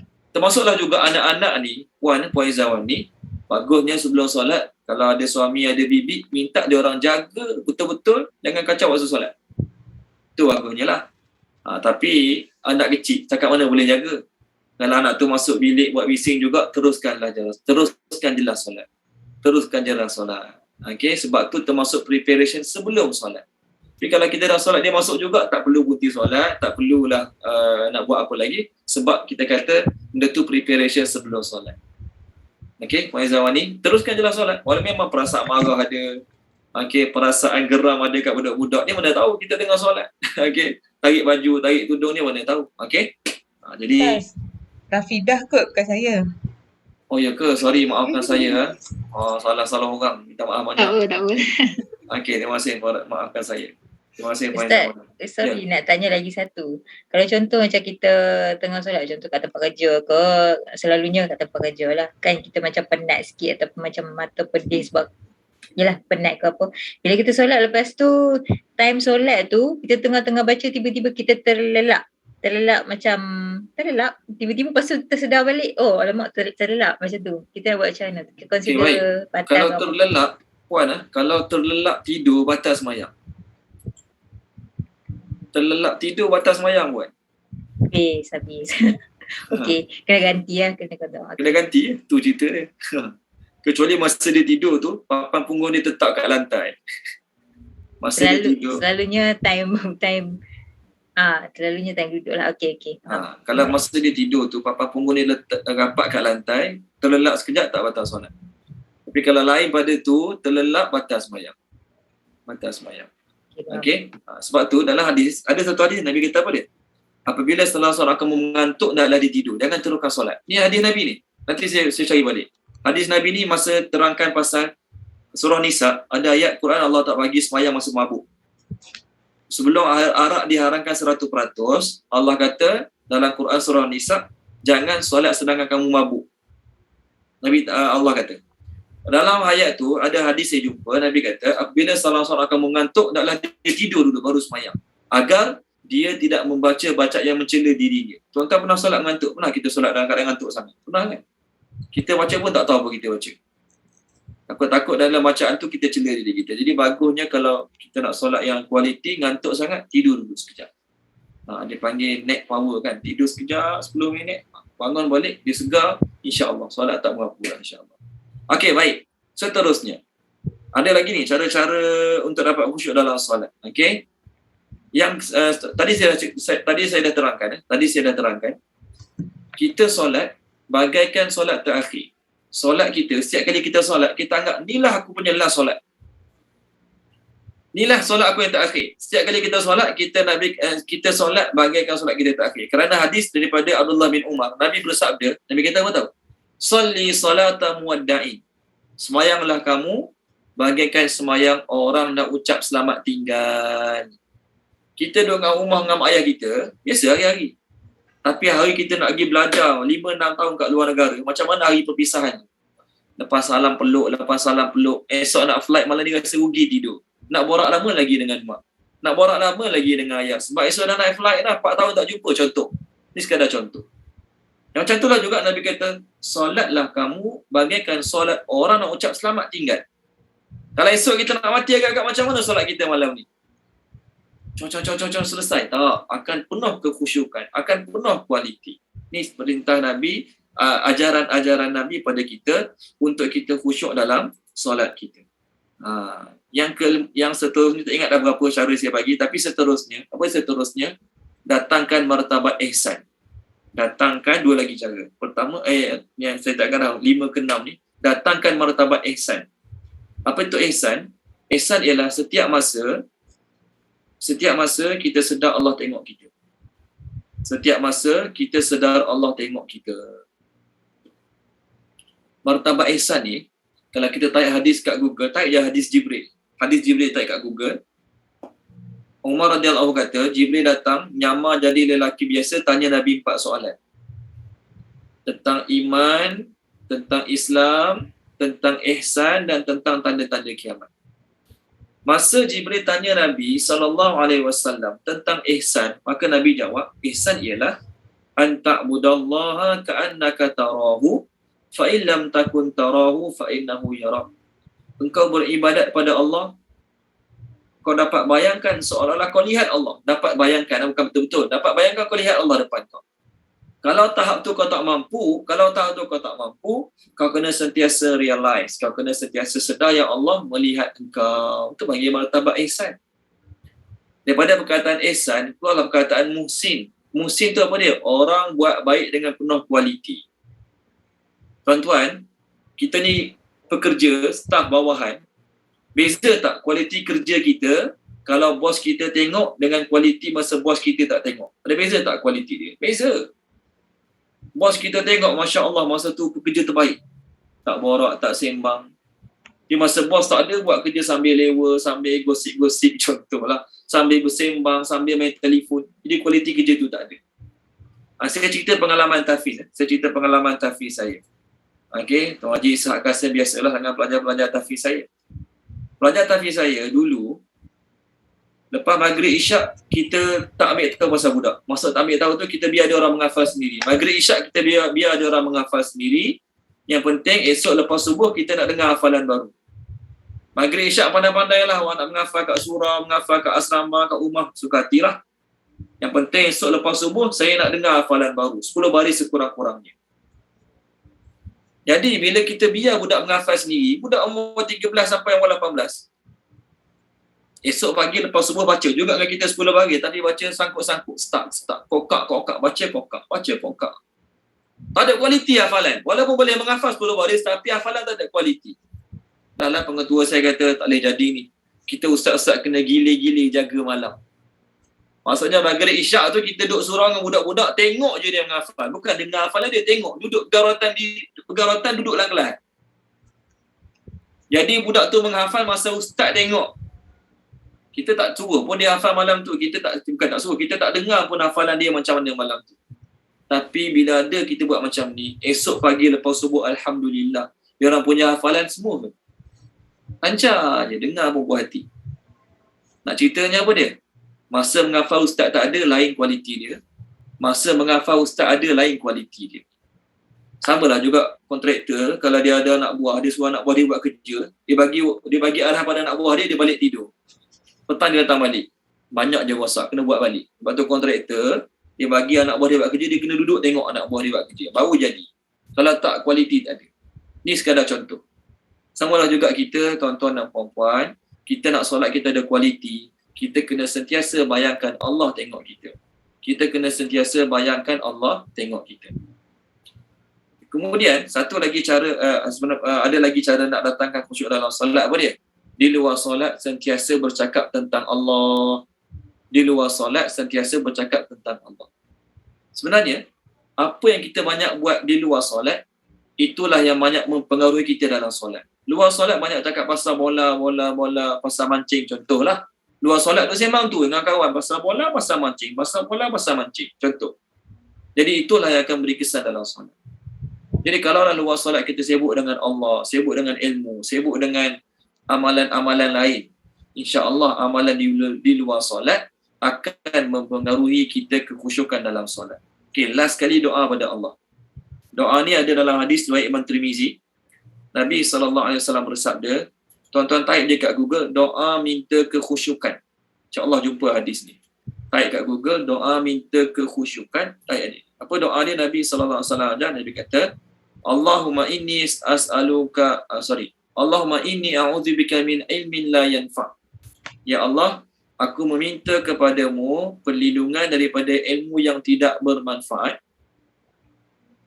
Wa min qalbin la yakhsha', daripada hati yang tidak khusyuk. Aku minta perlindungan denganmu daripada hati yang tak khusyuk. Wa min du'ain la yustajabu laha, dan daripada doa yang tidak diperkenankan. Kita minta pada Allah Subhanahu wa taala. Okey, baik, ayat seterusnya. Habis bab khusyuk Jadi kita lama bincang bab khusyuk ni, apa tujuan dia? Kita semua dah solat, alhamdulillah. Kita nak kualitikan solat kita. Kita nak usahakan supaya solat kita solat yang berkualiti. Ke akhirat nanti orang tak solat, apa Allah janji orang tak solat? Allah janjikan neraka sakar untuk orang tak solat. Tolong baca, Tuan Haji Rusli, kita baca boleh? Tuan Haji Rusli, ada tak Tuan Haji Rusli? Okey. Surah Al-Mudassir, Tuan Haji Rusli. Muka surat 576. Muka surat 576, ayat 42 dan 43.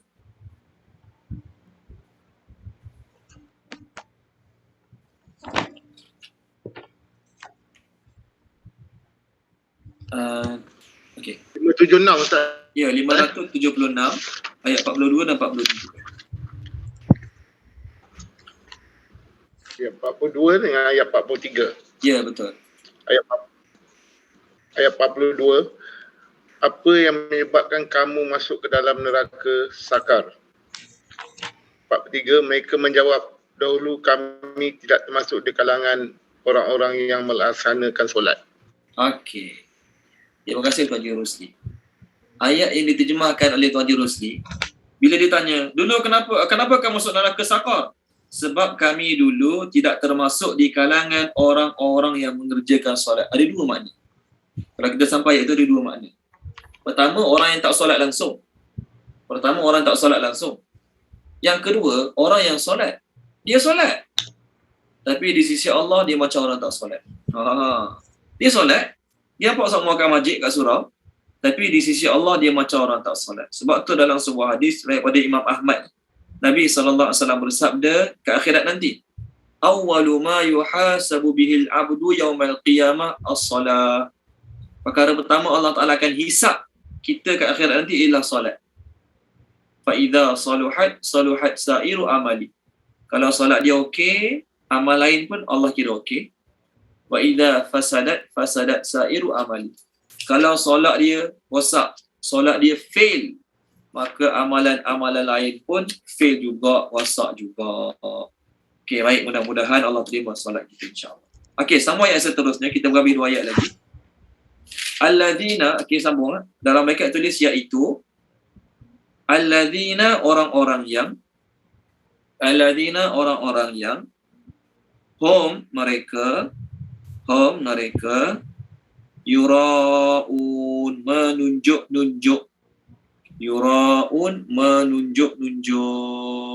Okey, baik, terjemahkan dia. Puan Maisarah, terjemahkan boleh Puan Maisarah. Ayat 6 ni.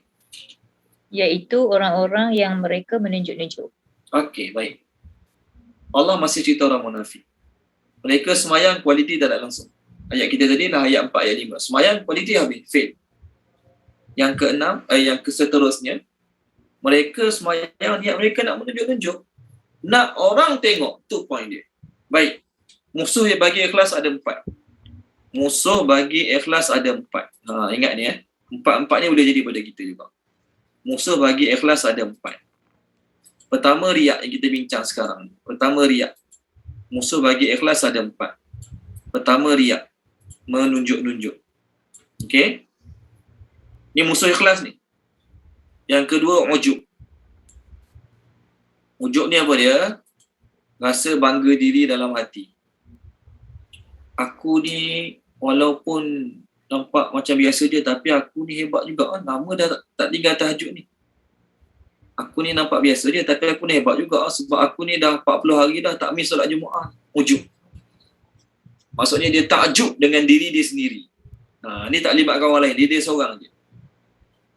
Yang ketiga, sum'ah. Sin, mim, ain, ta. Sum'ah. Apa terjemah sum'ah?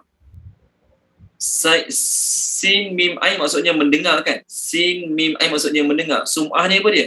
Nak dengar orang puji. Nak dengar orang puji. Sama ada dia nak dengar orang puji direct pada dia ataupun dia nak dengar orang lain puji dia depan orang lain. Boleh? Yang keempat, takabur. Yang keempat, takabur. Semayang aku lagi lama pada semayang dia. Solat Jumaat aku lagi khusyuk pada solat Jumaat dia. Ini 4 musuh riak. 4 musuh ikhlas. 4 musuh ikhlas. Riak ni apa dia? Menunjuk-nunjuk. Kena ada orang tengok. Tak ada orang tengok, bagi dia macam sia-sia amalan tersebut. Kena ada orang tengok, tu masuk riak, nak menunjuk-nunjuk.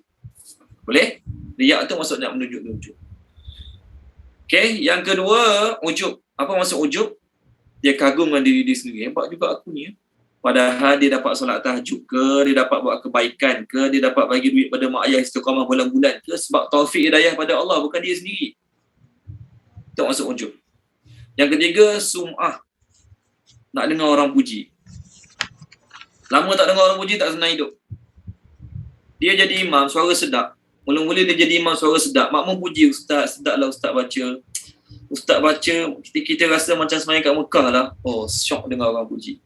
Tapi dah 5-6 bulan, orang tak puji lagi lah sebab dah biasa kan. Jadi bila lama orang tak puji, dia pun tanya makmum belakang dia. Tuan Haji, macam mana bacaan saya tadi? Tuan Haji, macam mana bacaan saya tadi? Tuan Haji kata, okey ustaz, sedap ustaz. Ramai orang cakap ustaz baca sedap. Alhamdulillah. Dengar Haji cakap macam tu, tenang hidup saya malam. Nak dengar orang puji. Itu bahaya tu.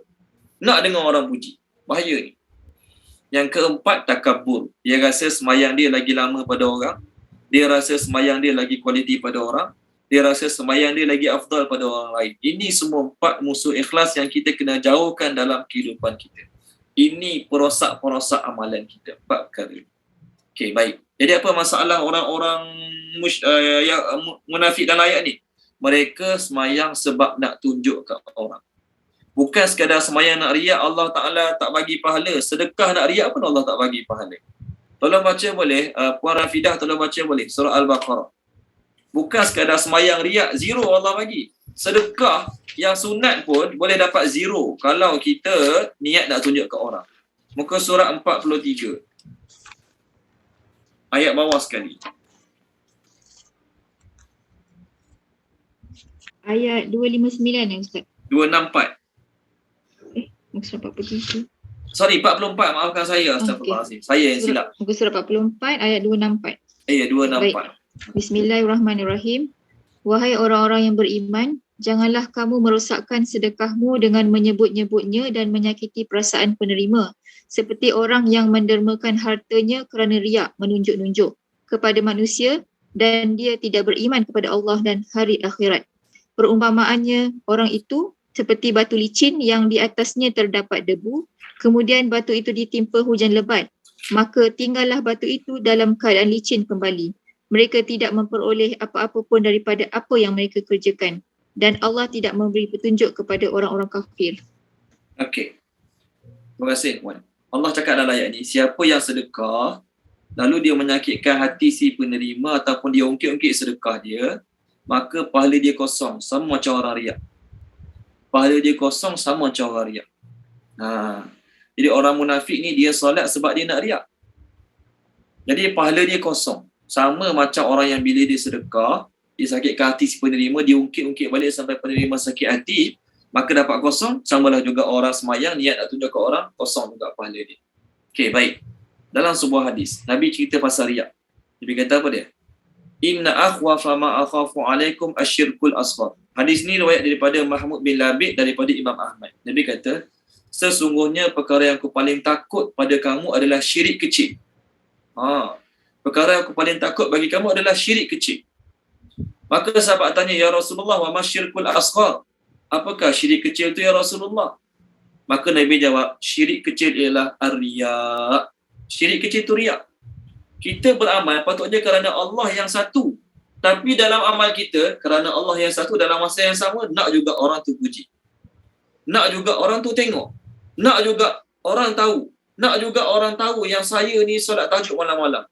Nak juga orang tahu yang saya ni sedekah istiqamah hari-hari. Nak orang tahu tu masalah. Tu syirik kecil namanya. Nak orang tahu, nak orang tengok kebaikan-kebaikan ni. Kalau orang tak tengok, orang tak tahu, dia rasa tak senang hidup. Maka Nabi sambung lagi, ke akhirat nanti Allah Ta'ala akan kata pada hari kiamat, pada hari manusia diberi balasan-balasan, Nabi kata, Allah Ta'ala akan kata pada orang yang riak tadilah, izhabu ilal ladina kuntum tura'una fid dunya. Okey, fahal tajiduna indahum al-jaza'a? Allah kata pada kita yang riak ni, kat akhirat nanti kau pergi pada orang yang kau nak menunjuk tu. Kau dulu buat amalan ni nak suruh pak mentua kau puji. Contohlah, kau buat amalan ni sebab nak suruh orang jemaah surau kau puji kau. Tu tujuan kau buat kebaikan-kebaikan tersebut. Sekarang kau pergi kat mereka yang kau niat nak tunjuk pada mereka, minta pahala dengan mereka. Sekarang minta pahala dengan mereka. Sebab kau buat kan nak suruh mereka puji, nak suruh mereka anggap kau bagus, nak suruh mereka sanjung kau. Sekarang kau pergi suruh mereka bagi pahala pada kau. Ini masalah ni. Jadi tuan-tuan dan puan-puan, setiap kali kita nak buat amal ibadat, kalau ada perasaan nak orang tengok, nak orang tahu, cakap pada diri kita, kalau mereka tengok, kalau mereka tahu, apa faedah akhirat aku dapat? Dia orang boleh bagi pahala, dia orang boleh selamatkan pada neraka, dia orang boleh bagi berganda-ganda punya ganjaran, tak boleh. Jadi kenapa aku nak buat sebab mereka? Baik aku buat sebab Allah yang boleh bagi macam-macam pada aku ke akhirat. Orang munafik ni, orang munafik Yahudi ni, pertama dia suka orang puji dia apa dia buat. Apa-apa kebaikan yang dia buat, dia suka orang puji dia. Lagi teruk pada tu, tahu tak apa dia? Ni, perangai yang sama macam munafik Yahudi ni. Dia suka orang puji dia untuk benda yang dia tak buat. Contoh macam ni lah contoh. Ini sekadar contoh. Ada orang karang kitab. Dia karang kitab, dia sengaja tak nak tulis nama dia kat kitab tersebut. Dia sengaja tak nak tulis nama dia kat kitab tersebut. Saya pun orang pertama jumpa kitab tu.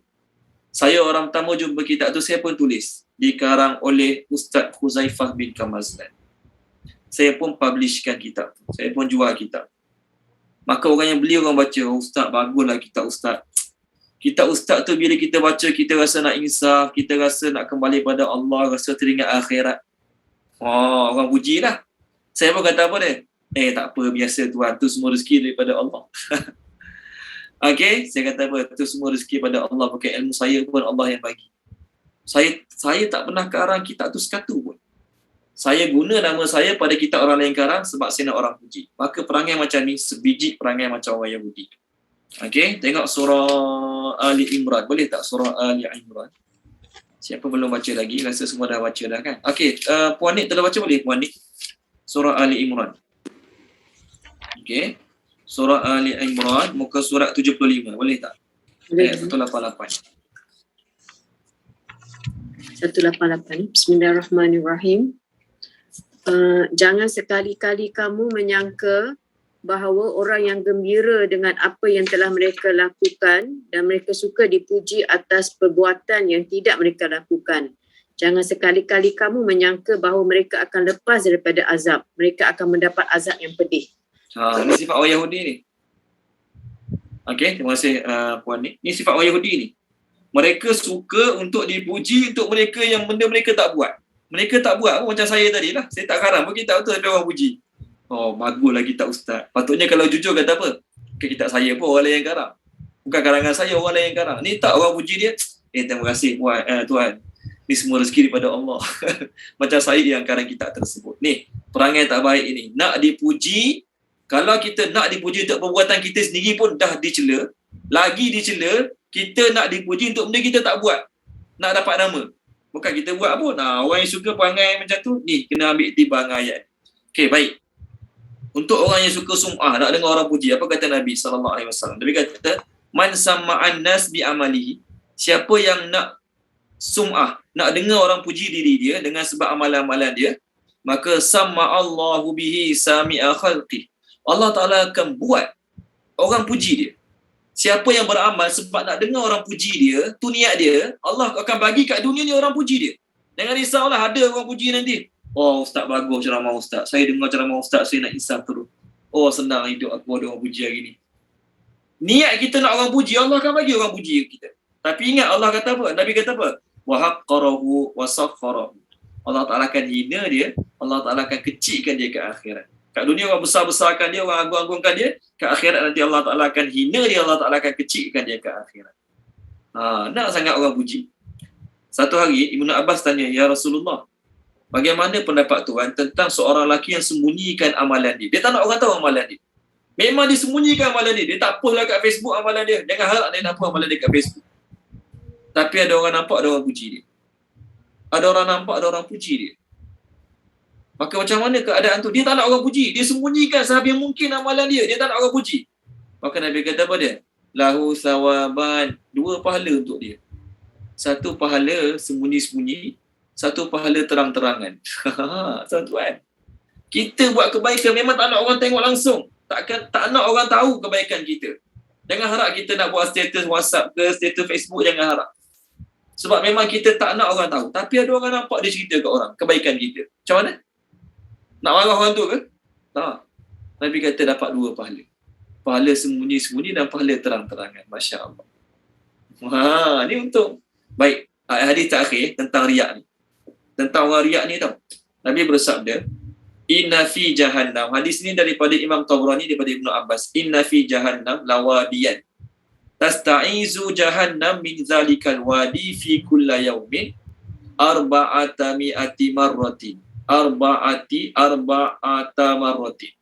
Dalam neraka Jahannam ada satu lembah yang Allah sediakan, yang mana neraka Jahannam sendiri minta lindung dengan Allah daripada lembah tersebut setiap hari 400 kali. Dalam api neraka Jahannam ada satu lembah yang sangat dahsyat.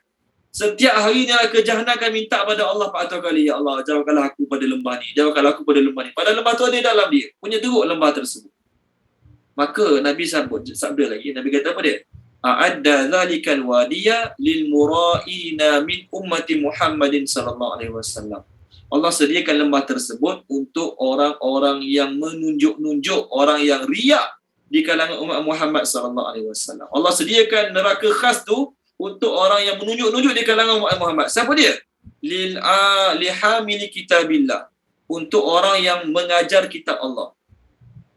Dia nak suruh orang tahu dia ni pandai mengajar kitab Allah. Dia nak suruh orang puji, dia pandai mengulas ayat-ayat Allah.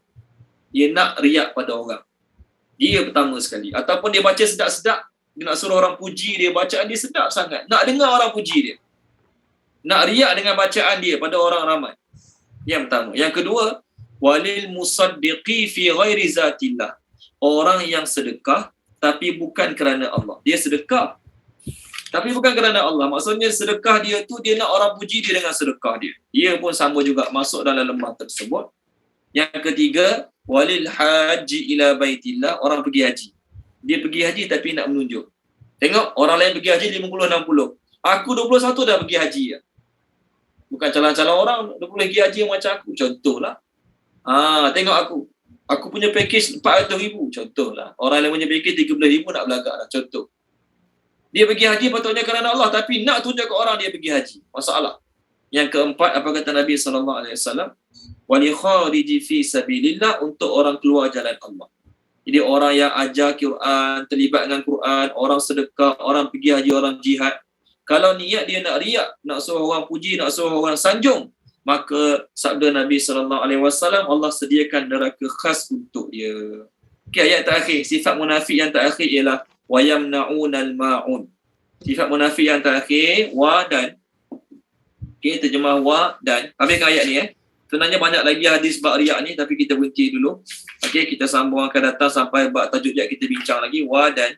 Yamna'una, mereka enggan. Terjemah yamna'una, mereka enggan. Al-ma'un, memberi pertolongan. Al-ma'un, memberi pertolongan. Mereka enggan memberi pertolongan. Okey, Tun, terjemahkan Tun yang terakhir kita malam ni, boleh tak Tun? Bismillahirrahmanirrahim. Dan orang-orang yang tidak memberi sedikit pertolongan kepada orang yang berhak mendapatnya. Ni, orang munafik ni. Orang munafik ni adalah orang yang susah nak tolong orang lain. Orang munafik ni adalah orang yang susah nak tolong orang lain. Al-ma'un kita dah bincang minggu lepas. Al-ma'un ni ialah barang-barang kecil yang tak habis pun kalau orang pinjam.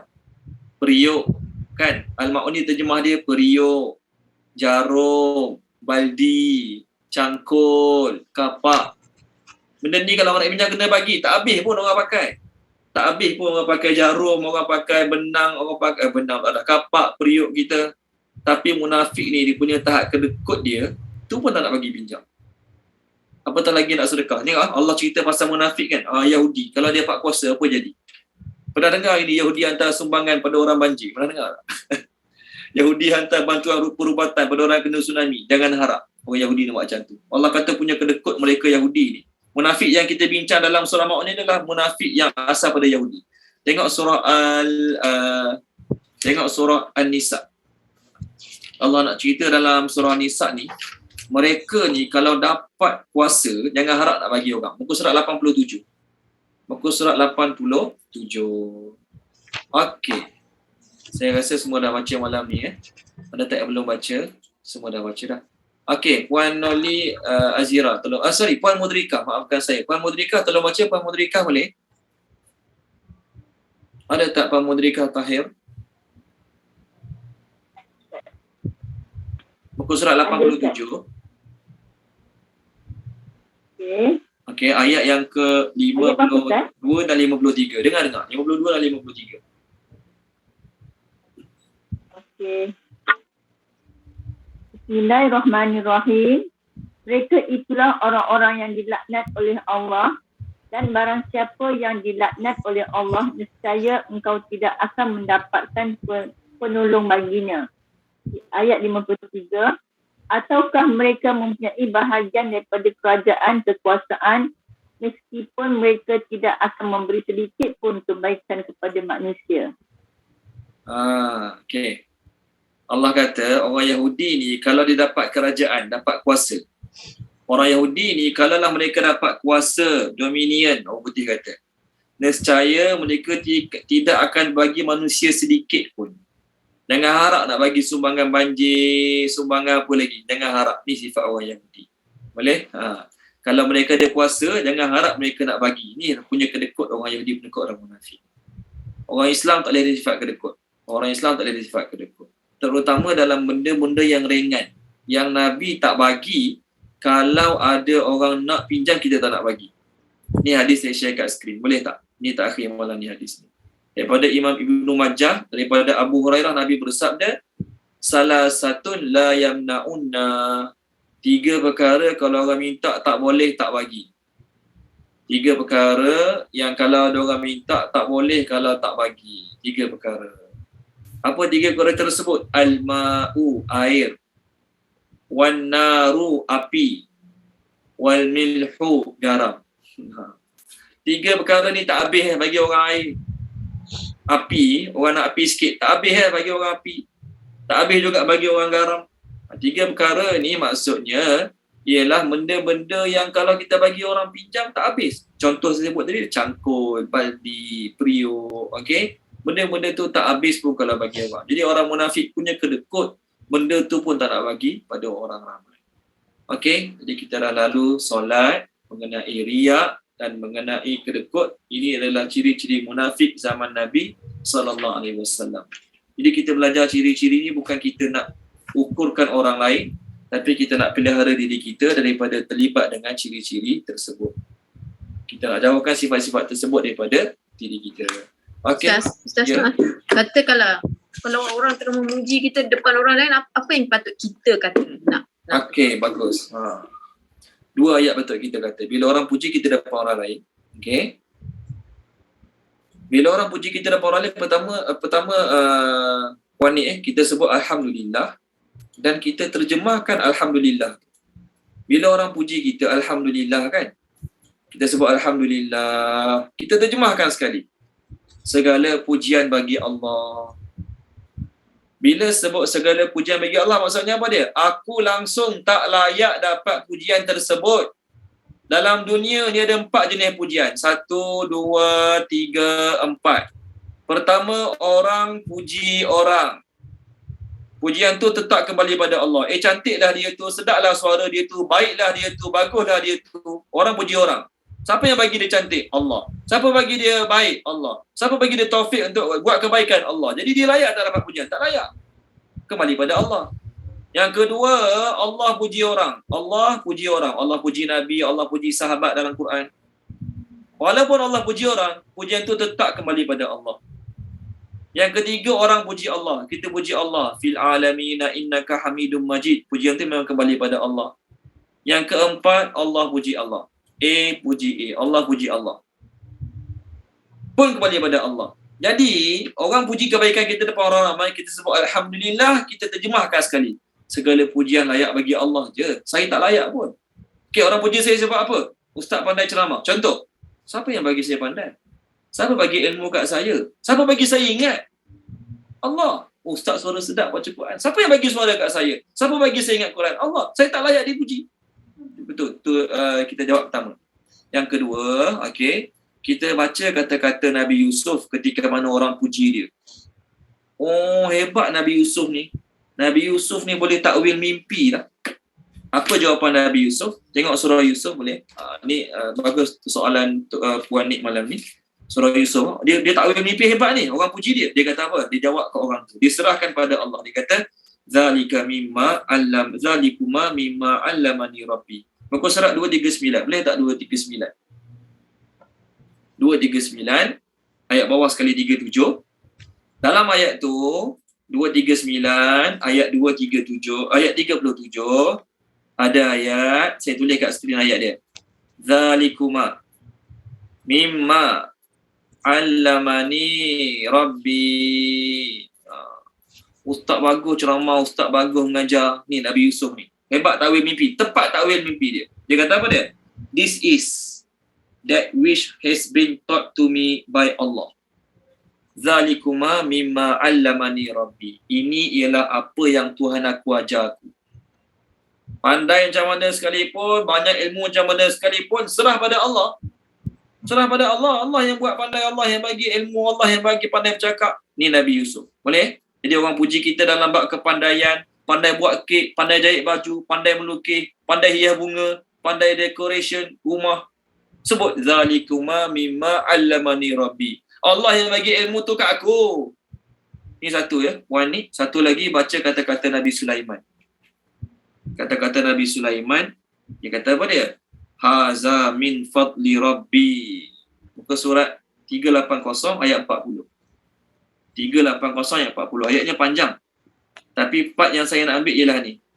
Haza min fadli. Okey. Haza min fadli rabbi. Haza min fadli rabbi. Nampak? Ayatnya panjang tu. Saya baca ayat ni. Qala alladhi indahu ilmun minal kitabi ana atika bihi qabla an yartadda ilayka tarfuk. Falamma ra'ahu mustaqiran indahu qala hadha min fadli rabbi. Nampak? Apa terjemah dia? Ini ialah grace from my Lord. Ini adalah kurniaan daripada Tuhan aku. Awak handsome lah. Awak cantik lah. Awak slim lah. Macam-macam lagi lah kan. Allah bagi pada kita. Wah, anak-anak awak bagus lah semua menjadi. Anak-anak awak semua berjaya dunia akhirat. Bagus lah untuk rezeki awak. Kita pun kata apa dia? Hadha min fadli rabbi. Jadi Puan ni dalam tiga-tiga bacaan ni, semuanya kita kembali pada Allah. Untuk sedarkan diri kita, aku tak ada apa-apa pun, aku tak layak pun. Okey, kita berhenti sini dulu boleh? Kita sama minggu depan insya-Allah. Apa yang baik pada Allah Subhanahu Wa Taala, apa yang tak baik daripada kekurangan kelemahan saya, minta maaf pada Tuhan dan minta ampun pada Allah Subhanahu Wa Taala. Bismillahirrahmanirrahim. Subhanallah wa bihamdihi, subhanakallahumma wa bihamdika, asyhadu an la ilaha illa anta, astaghfiruka wa atubu ilaik. Allahumma zayyinna bi zinatil Qur'an wa akrimna bi karamatil Qur'an. وشرفنا بشرافة القرآن وأدخلنا الجنة بشفاعة القرآن يا ذا الفضل والإحسان. اللهم إنا نسألك علما نافعا ورزقا واسعا ورزقا مباركا وعملا متقبلا. اللهم انفعنا بما علمتنا وعلمنا ما ينفعنا وزدنا علما والحمد لله رب العالمين. Terima kasih semua. Assalamualaikum warahmatullahi wabarakatuh. Jumpa lagi insya-Allah. Terima kasih semua. Terima kasih Ustaz. Sama-sama. Syukran, terima kasih Ustaz. Afwan. Assalamualaikum. Waalaikumsalam warahmatullahi wabarakatuh.